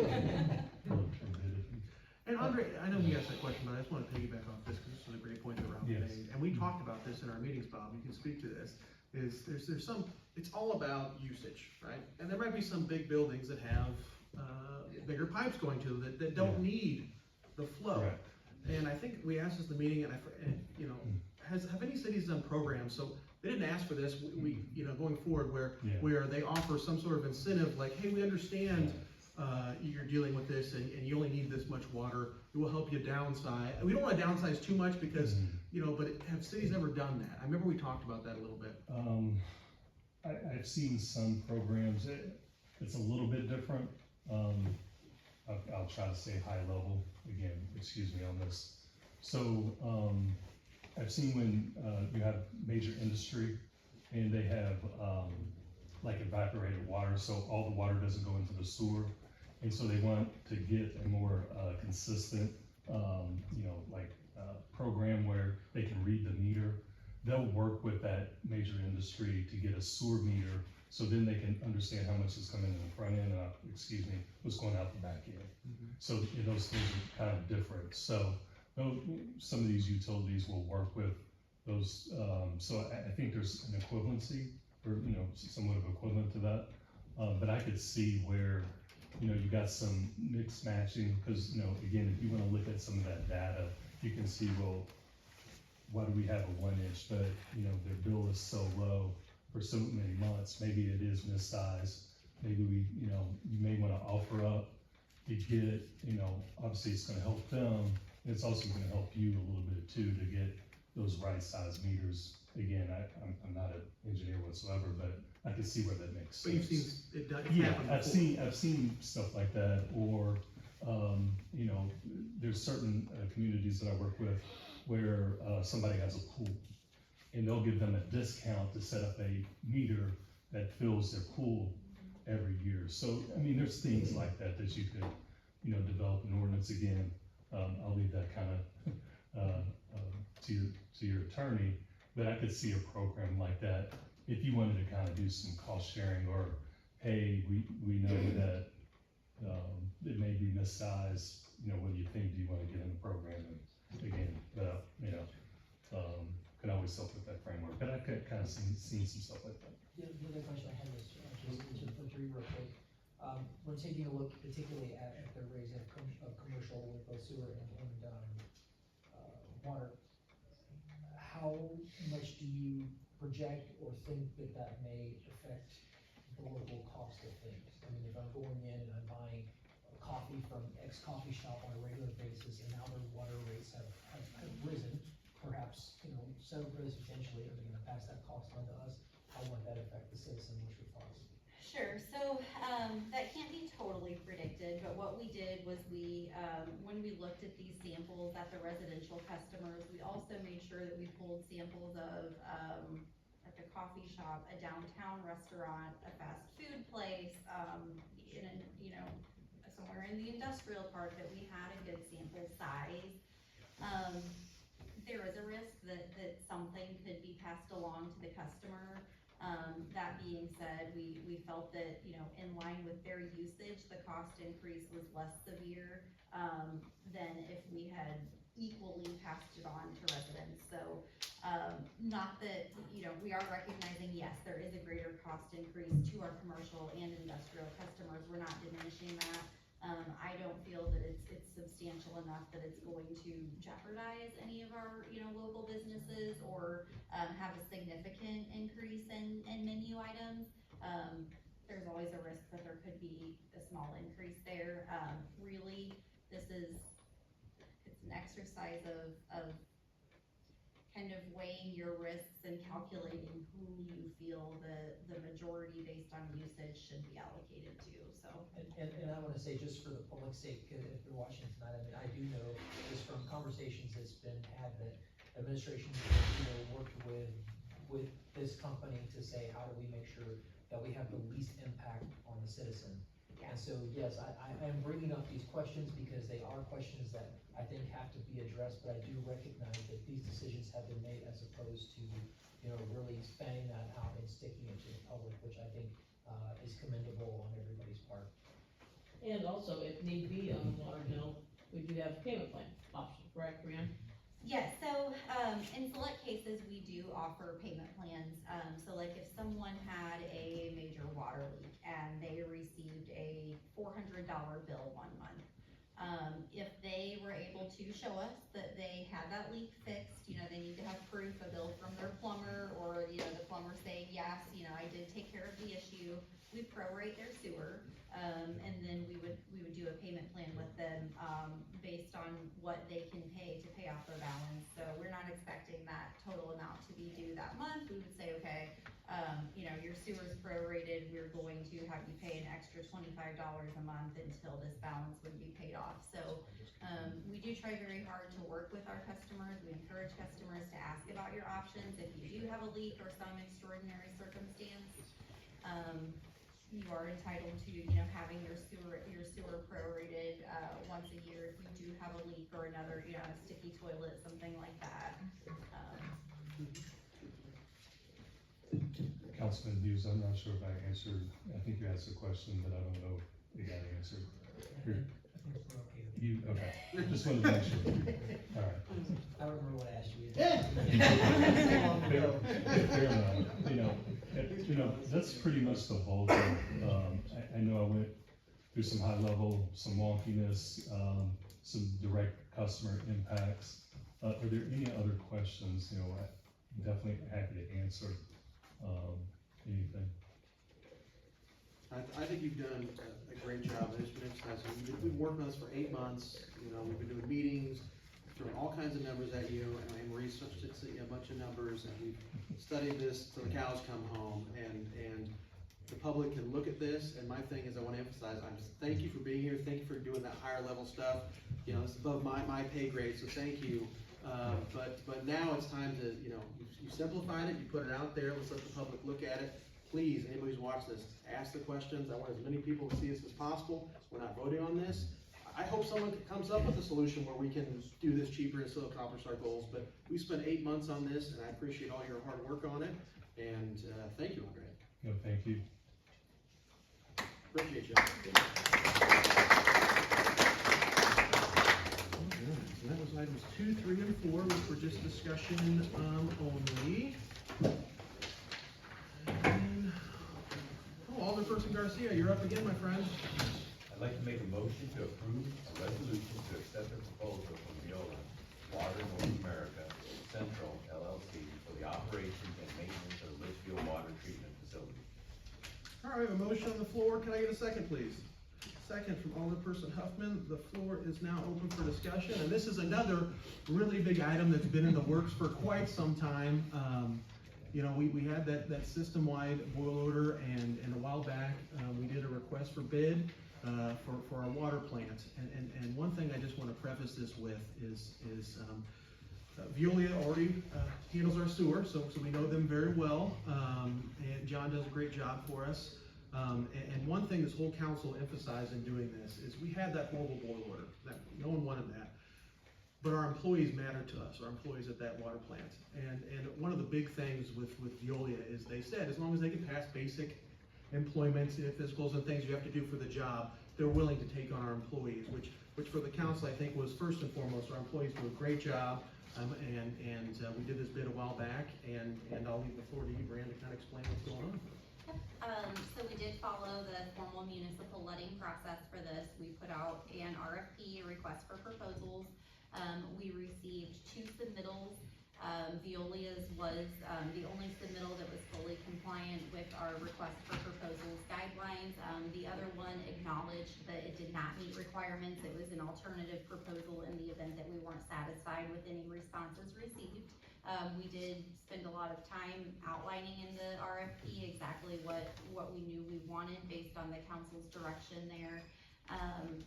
Myself, our public works team, and CMT, our engineers. CMT has taken the lead on this process. I do want to thank Christy Kreitz. She's been instrumental throughout this. They have helped us vet this proposal to ensure that it does check all of the operational boxes that we're needing, and it does. We will be negotiating a contract with them. We've been going through in preparation for this, you know, making sure that we're ahead of the game here. A contract should be next meeting in front of you if their proposal is accepted, and that would include the hiring of existing staff. We do just want to note that that is very important to us, and that we'll be openly communicating with our staff as well as Veolia will. Now, I project that once this also goes out to the public, my projection is the public is going to have a question that's going to probably be on their minds is, why aren't we taking care of this ourselves? Why are we contracting out? I think that would be something important for us to address so the public is aware of why we've chosen to take this route as opposed to finding our own individuals to do this. So this is really a niche industry. I will say the city has operated off of this model for sewer for quite some time, and it's worked well. We have a success story there. While I've been with the city, it has been difficult thankfully we have a couple senior operators out at the plant who've been there and who have that institutional knowledge. They can be hard positions to fill. So staff turnover is one of the items. It's also very hard to attract qualified leadership in this industry. We also realize that we need some redundancy there. So you're required, based on our plant specifications, and this is not 100% my wheelhouse, so I'm gonna explain it how I understand it. We're required to have a Class A operator. We've always had a Class A operator, but we really want some redundancy there. So if we were to continue running this, we would be looking at attracting a superintendent, an assistant superintendent, and probably some additional staff to ensure that, you know, right now our staff members are having to take on a lot of overtime. And they are facing some burnout there. So we wanna make sure, I wanna be very clear that our operators do a fantastic job. And that's one reason why we were so clear in our expectations, throughout the RFP process. We want to make sure that we're providing them with the training, the equipment, the mentorship, the resources we have. Another thing we really liked was, so like, we don't have our own inventory management system. Veolia has that. That's something that they're able to provide to us at no additional cost. There are a lot of add-ons there that we currently don't have access to, and maybe wouldn't make sense for us to purchase on our own, so. So I just kind of want to recap that the point is that if we have to go out ourselves, hire an operator, supposing we can get one, because my understanding is that's not an easy task to attract them. We have to attract two of them. The salaries for both those individuals could be fairly substantial. I mean, I would guess that that's a big thing, since it's a difficult industry to pull from. And then we have the instability of what happens, you know, if we lose one or more of those individuals who goes to a different location, that creates a kind of unstable situation where we could find ourselves right back in this boat. I also wanted to say, looking through the proposal last night, one of the things that I found most exciting and I really appreciated was the training program that was offered for employees that currently work there, making sure that our guys and folks out there have a chance to move up the ladder. That was a huge win for me, and I thought that was awesome. And I didn't know if there, we do have the Veolia team here, if you wanted to just answer questions that came up, or if you would like to introduce yourselves and give a quick. Sure, I'm John Shaw, I'm currently the wastewater treatment plant manager. Next to me is Billy Sykes. Also, I'll just mention, I'm Class A operator. Billy Sykes, worked with him a long time, water plant operator from Edwardsville. He's Class A operator. We have Andrew Bounds here. Most of you are familiar with Andrew, he's been here quite a bit. Larry Cook, my boss, also a Class A operator for the state of Illinois. And Kristen Garris, she's been helping out with some of the laboratory requirements that we were looking at the water treatment plant. And if you have any questions, we're here. Absolutely. And one thing that I would note, is, so John is the head of our wastewater treatment facility. The city has a great relationship with John. He's done great work. He will be overseeing both, but it was really important to us that there is someone, you know, that John, can be primarily at the sewer plant day to day, and then Billy would be the water treatment facility supervisor who would be there day to day. We want both teams to have equal support from their supervisors, so that's why we really wanted two Class A operators there, to be able to share those resources, so. And I do want to say, John, one thing I remember in our meetings we were talking about this, you formerly worked at Edwardsville. How many Edwardsville employees have Class A operator licenses? When I left there, we had 4 out of 6 operators. And employees are encouraged to continue to educate. Absolutely. Which is wonderful. And then that goes back to Alderperson Hughes' core point, why go in this direction? I don't want to speak for everyone, but we had a horrible situation that we all took accountability for and we want to move forward with, okay? We never want a system-wide boiler. Having a company as large as yours, and how big is your company, if you want to? I don't know the number. Oh, yeah, Yeah, so I can speak to that a little bit. So Mayor Fleming, City Administrator Vasquez, City Council members.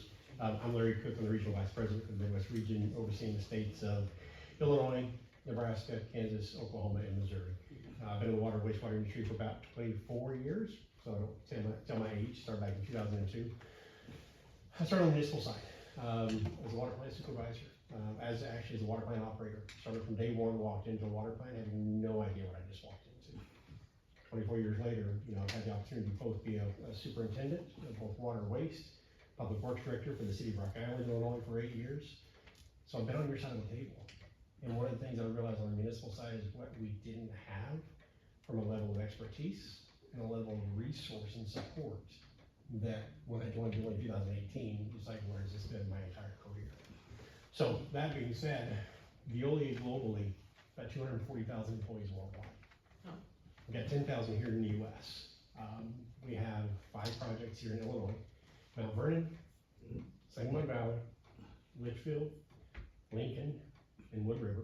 We also operate Chicago Biosolids and North Zion Biosolids, or North Shore Zion Biosolids as well. 200 water wastewater contracts throughout the US.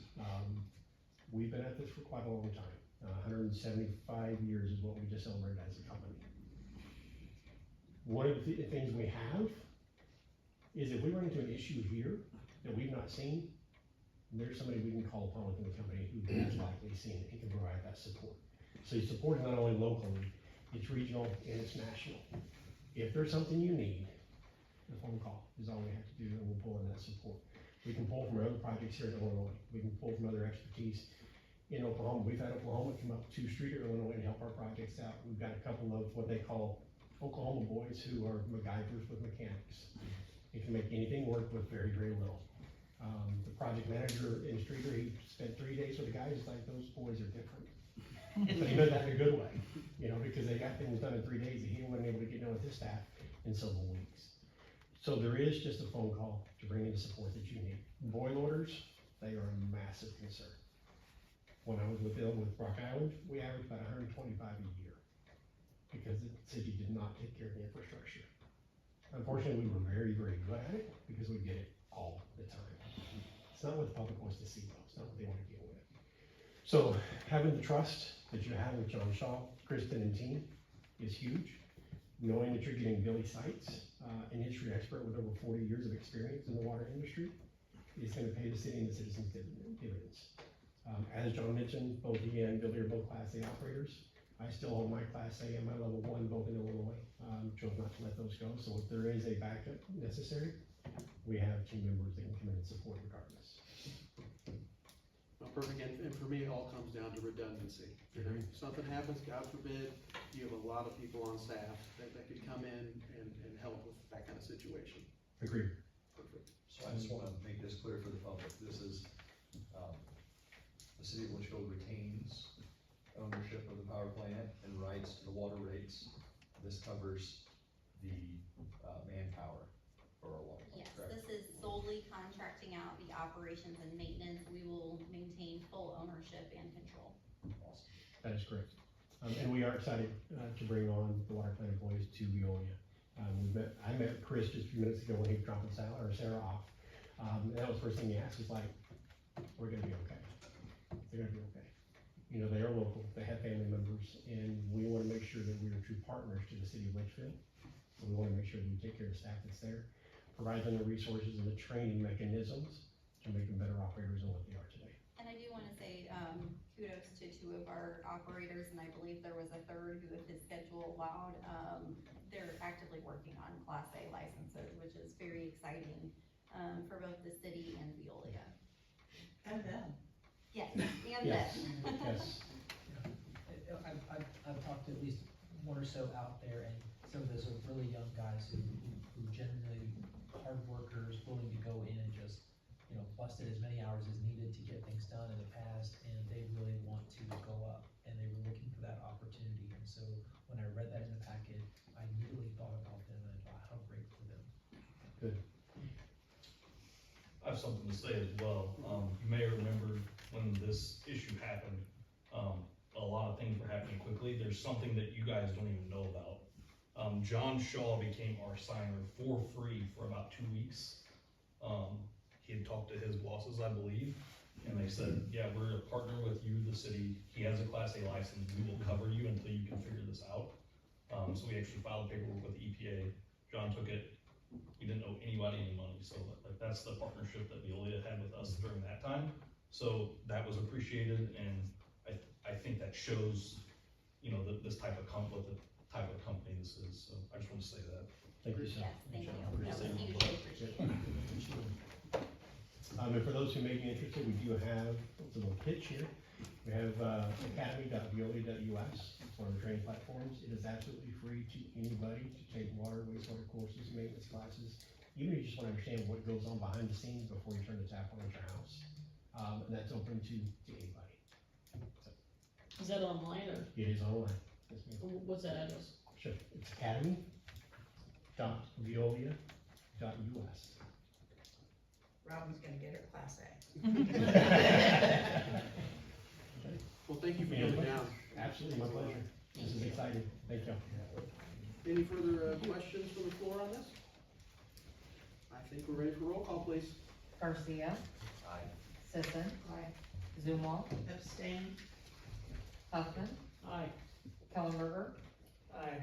Holloway. Aye. Hughes. Aye. All right, motion carries. Moving on to item number 6, Alderperson Garcia, you're up again. We'll see what happens. Okay. I'd like to make a motion to reject all bids for chemicals for the water treatment facility. All right, we have a motion on the floor from Alderperson Garcia. Can I get a second, please? Alderperson Hughes, seconds. Any questions about this item? So the reason we are rejecting all bids, we as a city go out for bids for chemicals annually. It will be part of the Veolia contract that they will provide chemicals going forward, so we no longer need to procure them. Perfect, and since you're talking about that, just one more thing, tag on the Veolia, what's the time frame we're looking at for the transition for the public that we're shooting for? So we're shooting for them to start sometime this summer. I'd first like to speak with our staff and establish a timeline that we will publish, this summer. Yep, summer. Okay, perfect, thanks for that clarification. Any other questions, comments? Roll call, please. Hughes. Aye. Garcia. Aye. Sisson. Aye. Zumwalt. Abstain. Huffman. Aye. Kellenberger. Aye. Holloway. Aye. Motion carries. Would someone like to volunteer to read Alderperson Garrell's? I can. Thank you. Marilyn, go ahead, you're Ward 1. Okay, Streets, Dwayne Garrell, I make a motion to approve an ordinance amending section 71.01 of the municipal code to allow for 2 new stop signs at North Harrison and Chapin, and 1 stop sign at the intersection of North Harrison and Slade.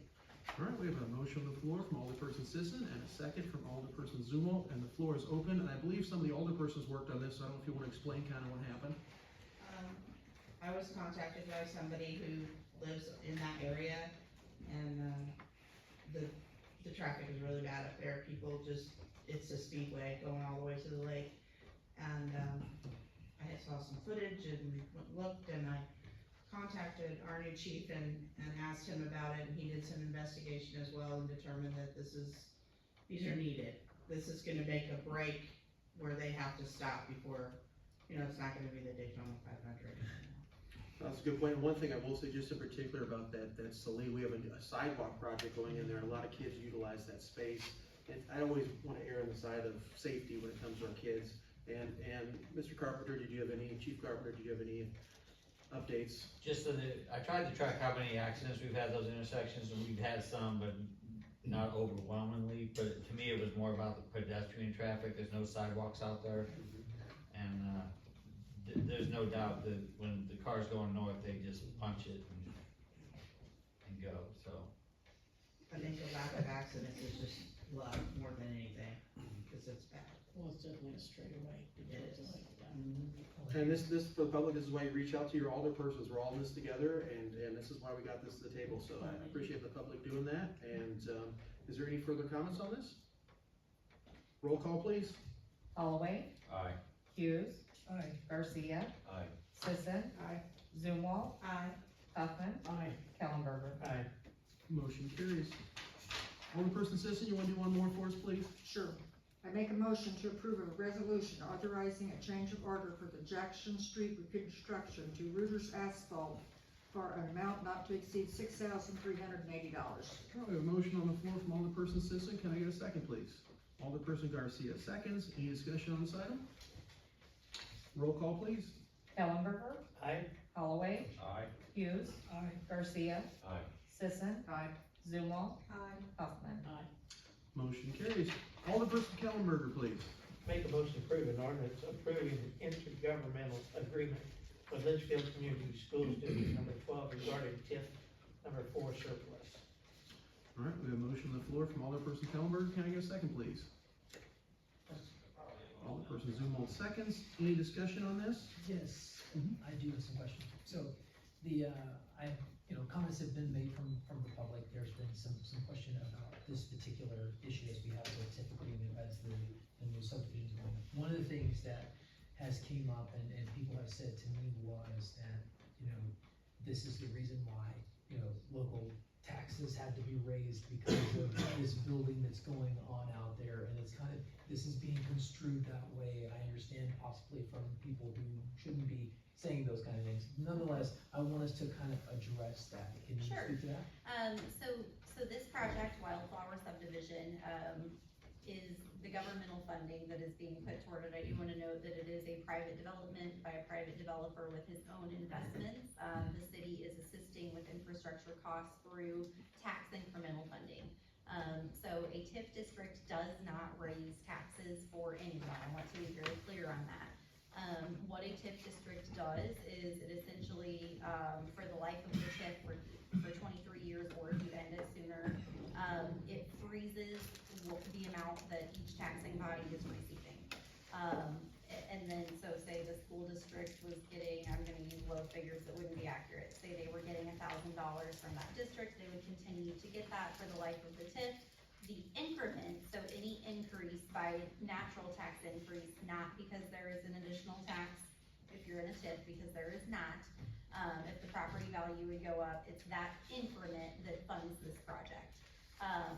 So each year we receive an increment from this TIF district. Because this is a residential TIF, there is a potential that it could result in additional costs to the school district, because they may receive some new students, hopefully, as a result. So, the TIF Act requires that, a school district is statutorily, allowed, access to part of this TIF funding, as a result of those potential costs. So there is a calculation, in the TIF Act. It is very complex, messy, often disputed. So, the vast majority of communities are entering into a clean agreement with the school district upfront, like we are this evening, in order to honor that statutory requirement. So just to be clear, just so that I have this out there. So let's suppose for a moment the school district doesn't get they get the certain amount of money that's been allotted to them, it's frozen, and now the increments, they're not receiving those. Their cost of doing things goes up. They have to then tax higher than to make up that gap of what they should be getting were. No, so we are doing this agreement so that they should not have to do that. We are essentially giving them their portion, to make sure that they can pay any costs for any increases.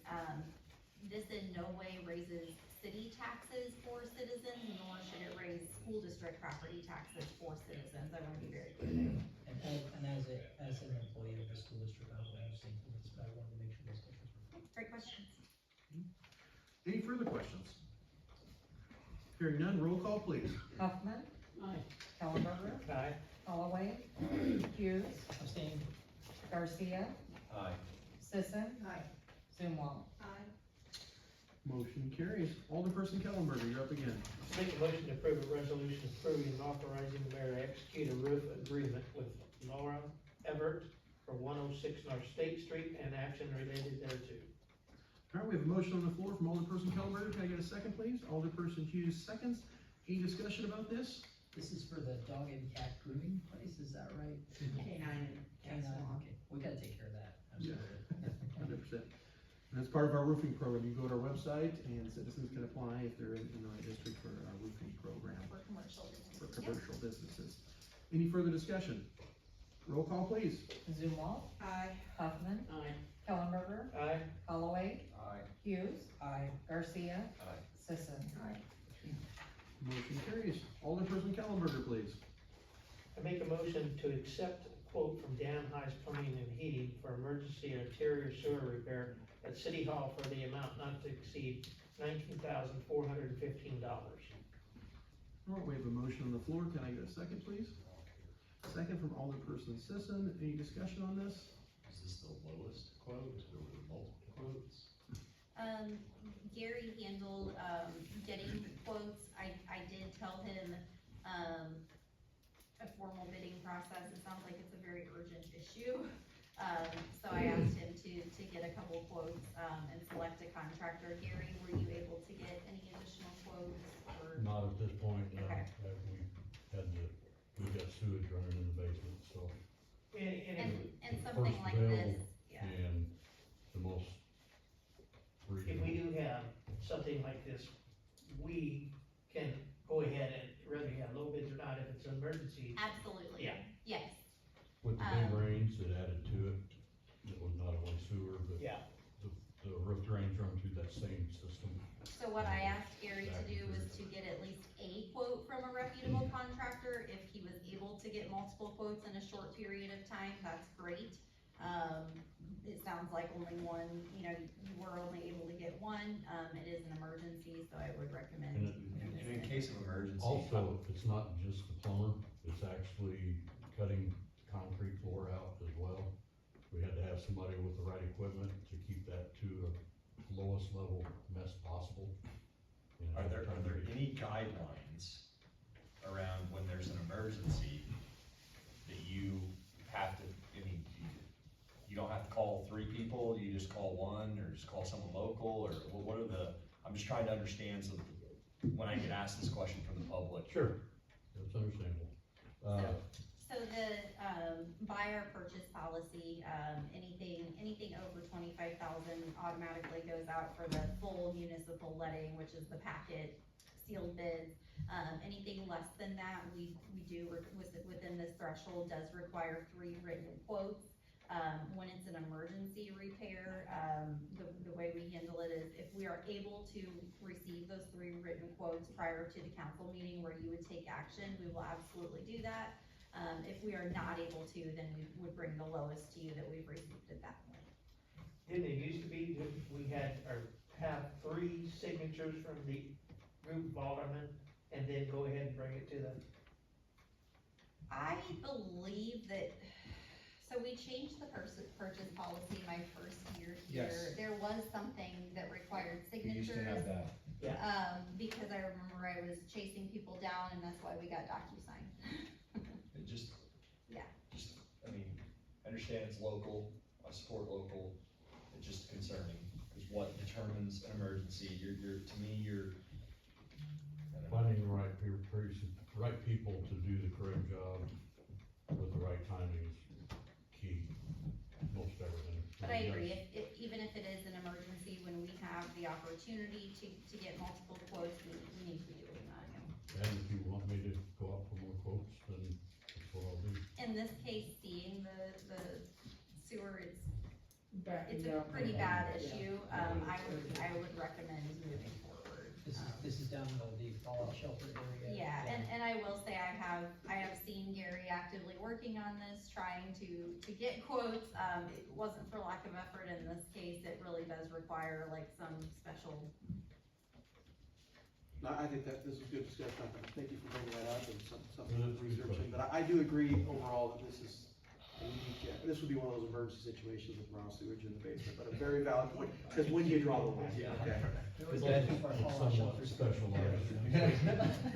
But that is a good legal discussion, because we do have a purchasing policy, and this is outside the purchasing policy, and this is exactly the type of an expenditure that you call an emergency, and you get it done, and then we bring it to you guys as soon as we can, that's the requirement. I just, Yeah, it's no, near and dear to me, because Yeah. we had a roof expenditure, I believe, here at the old library, and, I was new on council, and it was a phone call that caught me off guard, like, whoa, I didn't know anything about this, and I'm local, and why wasn't I considered, and I'm like, whoa, so. Right. Yeah, and again, that's a specialized roof, Sure. rubber roofs aren't. Sure. Good discussion. It is. Any further discussion on this? Roll call, please. Zumwalt, Yes. Huffman. Aye. Kellenberger. Aye. Holloway. Aye. Hughes. Garcia. Aye. Sisson.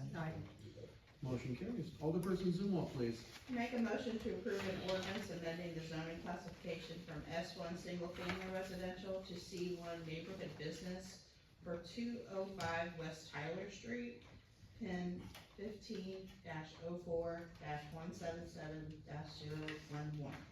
A motion on the floor from Alderperson Zumwalt, can I get a second, please?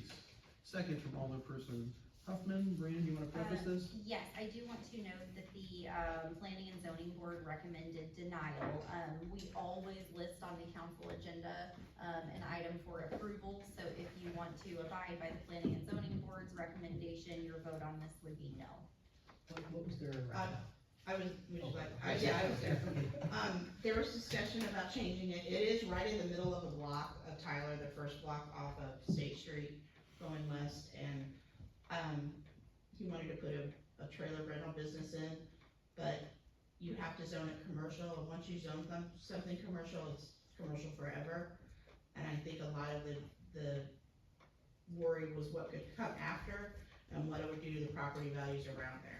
Right, it's the same kind of discussion we had when we had the Russell building. Correct. When that first came open, is you're And kind of it- like, yeah, if you put that there, it's like, okay, that's great for now, but what happens if a Chili's moves in, or, something that And it causes, literally is major in the middle of the disruptions? block. Yeah, it's not kinda like Russell, because it, at least it had the block, this Yeah. was house, commercial, house, and it just wasn't a good fit.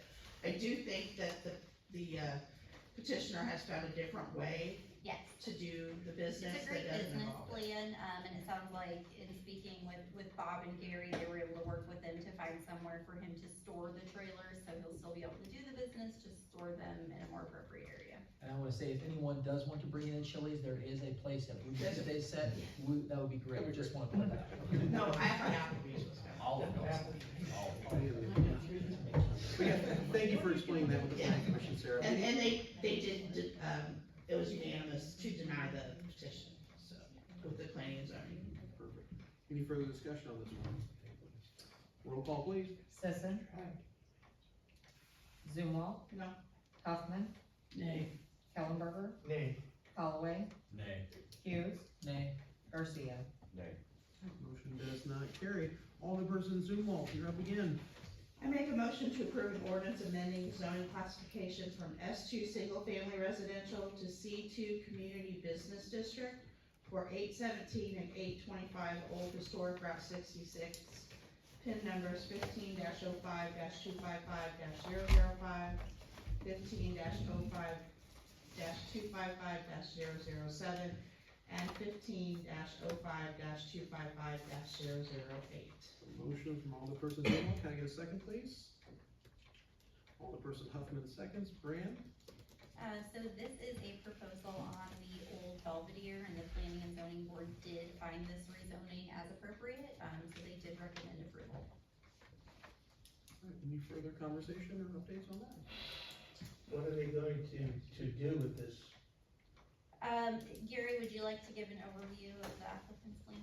There is a mechanic garage on the corner. The corner. And that's going to stay as is, a garage of some sort, or if they don't get the money out of, that they want for rent on that, they're talking about possibly making it their own storage area for, roofing company, interior storage.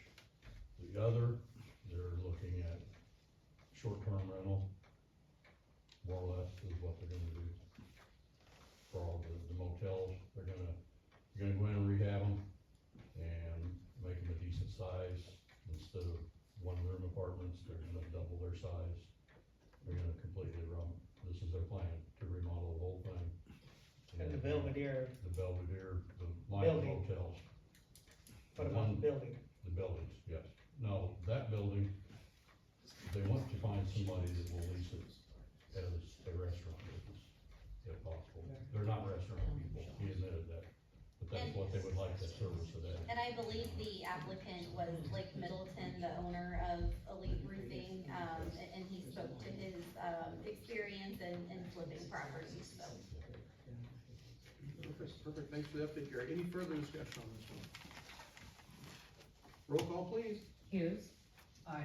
Garcia. Aye. Sisson. Aye. Zumwalt. Aye. Huffman. Aye. Kellenberger. Aye. Holloway. Aye. Hughes. Motion carries. Alderperson Zumwalt. I make a motion to approve an ordinance amending the section 150.007 of the municipal code to define drive-through establishment, amend the definition of hotel, and include motels with that definition, and repeal the definition of motel. All right, we have a motion on the floor from Alderperson Zumwalt. Can I get a second, please? Alderperson Huffman seconds. Brianne? So this is part of our zoning code cleanup. So drive-throughs, obviously very prevalent. We do not have them defined in our code, nor are they listed as a special use. So first we wanted to define them and then be able to list them as a special use, so that we can make sure that there are enough queuing lanes, spaces, that sort of thing when we're doing a site plan review. The definition that we had of hotel was a bit outdated. We wanted to amend that and bring that up to speed with what we would believe a traditional hotel to be, somewhere for profit at a market rate value. And then the definition of motel, that was defined more so as like a motor court where someone would live on site. We modernized that and consolidated it with hotel. Folks, so just to update things, get it more in line with. Any further discussion on this? Roll call, please. Hughes. Aye. Garcia. Aye. Sisson. Aye. Zumwalt. Aye. Huffman. Aye. Kellenberger. Aye. Holloway. Aye. Motion carries. Alderperson Zumwalt, one more, please. I make a motion to approve an ordinance amending Appendix B municipal code to list drive-through establishments as a special use in the C1 neighborhood business district and C2 community business district, remove residential living quarters and motels converted to not exceed 1,500 square feet in living space for owners or managers and their immediate families as permitted use in the C2 community business district, and list hotels/motels as a special use in the C2 community business district. All right, we have a motion from Alderperson Zumwalt. Can I get a second, please? Alderperson Huffman seconds. And this is kind of a carry on from the previous item. Any discussion, Brianne? Yeah, so, like I said, this is, listing drive-through establishments as a special use in our commercial districts. Currently, hotels and motels are allowed outright in our C2 district. We do feel that, with a hotel, there is a lot of, regulation. We have to make sure that they're up to code, that sort of thing, so we wanted to list them as a special use.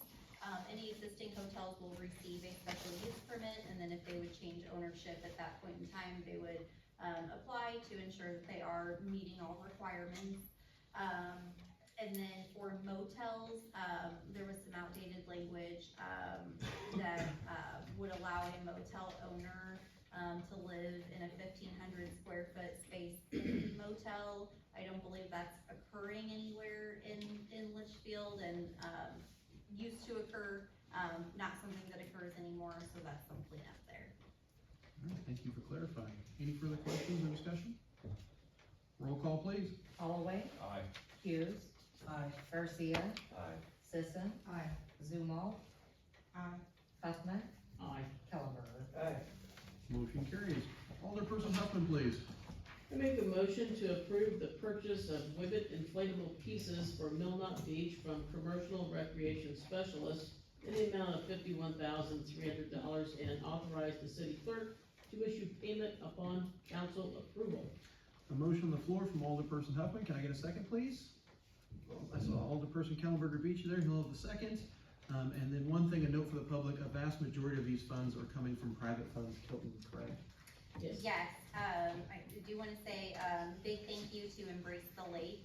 They're a local nonprofit, who was recently established to support Lake Louisacre. They applied for Hilton funds on the city's behalf, so we're very grateful to them. They are also chipping in, some extra funding to help make this project happen.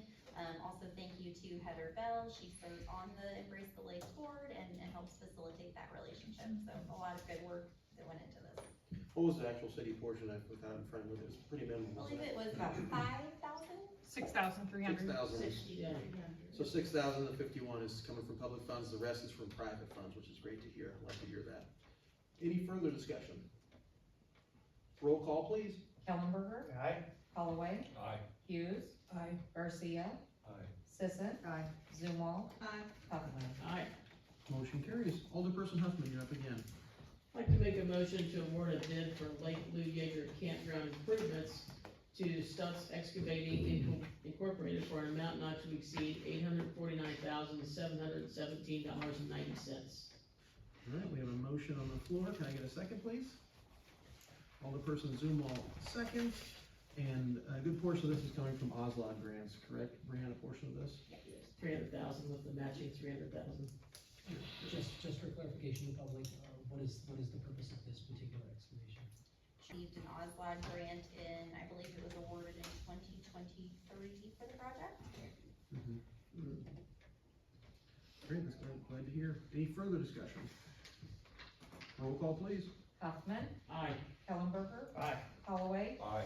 Hughes. Aye. Garcia. Aye. Sisson. Aye. Zumwalt. Motion carries. Next, we'll need a motion to enter into executive session as allowed under the Illinois Open Meeting Act, as found in Chapter 5 of the Illinois Compiled Statute, Section 120, to address these certain and restricted items. Mike, could you please read those items for me? Glad to discussion of minutes of meeting lawfully closed under this act, 5 LCS 120/2, 2C 21. The appointment, employment, compensation, discipline, performance, or dismissal of specific employees of the public body, 5 ILCS 120/2, 2C1, and, to discuss, litigation and give a litigation update, 5 ILCS 120/2, 2C at sec. All right, can I get a motion to that effect, please? Alderperson Zumwalt, seconded by Alderperson Garcia. Roll call, please. Zumwalt. Aye. Huffman. Aye. Kellenberger. Aye. Holloway. Aye. Hughes. Aye. Garcia. Aye. Sisson. Motion carries. If you're in the public, thank you for staying for this meeting, and please make your way out. We are now in closed session.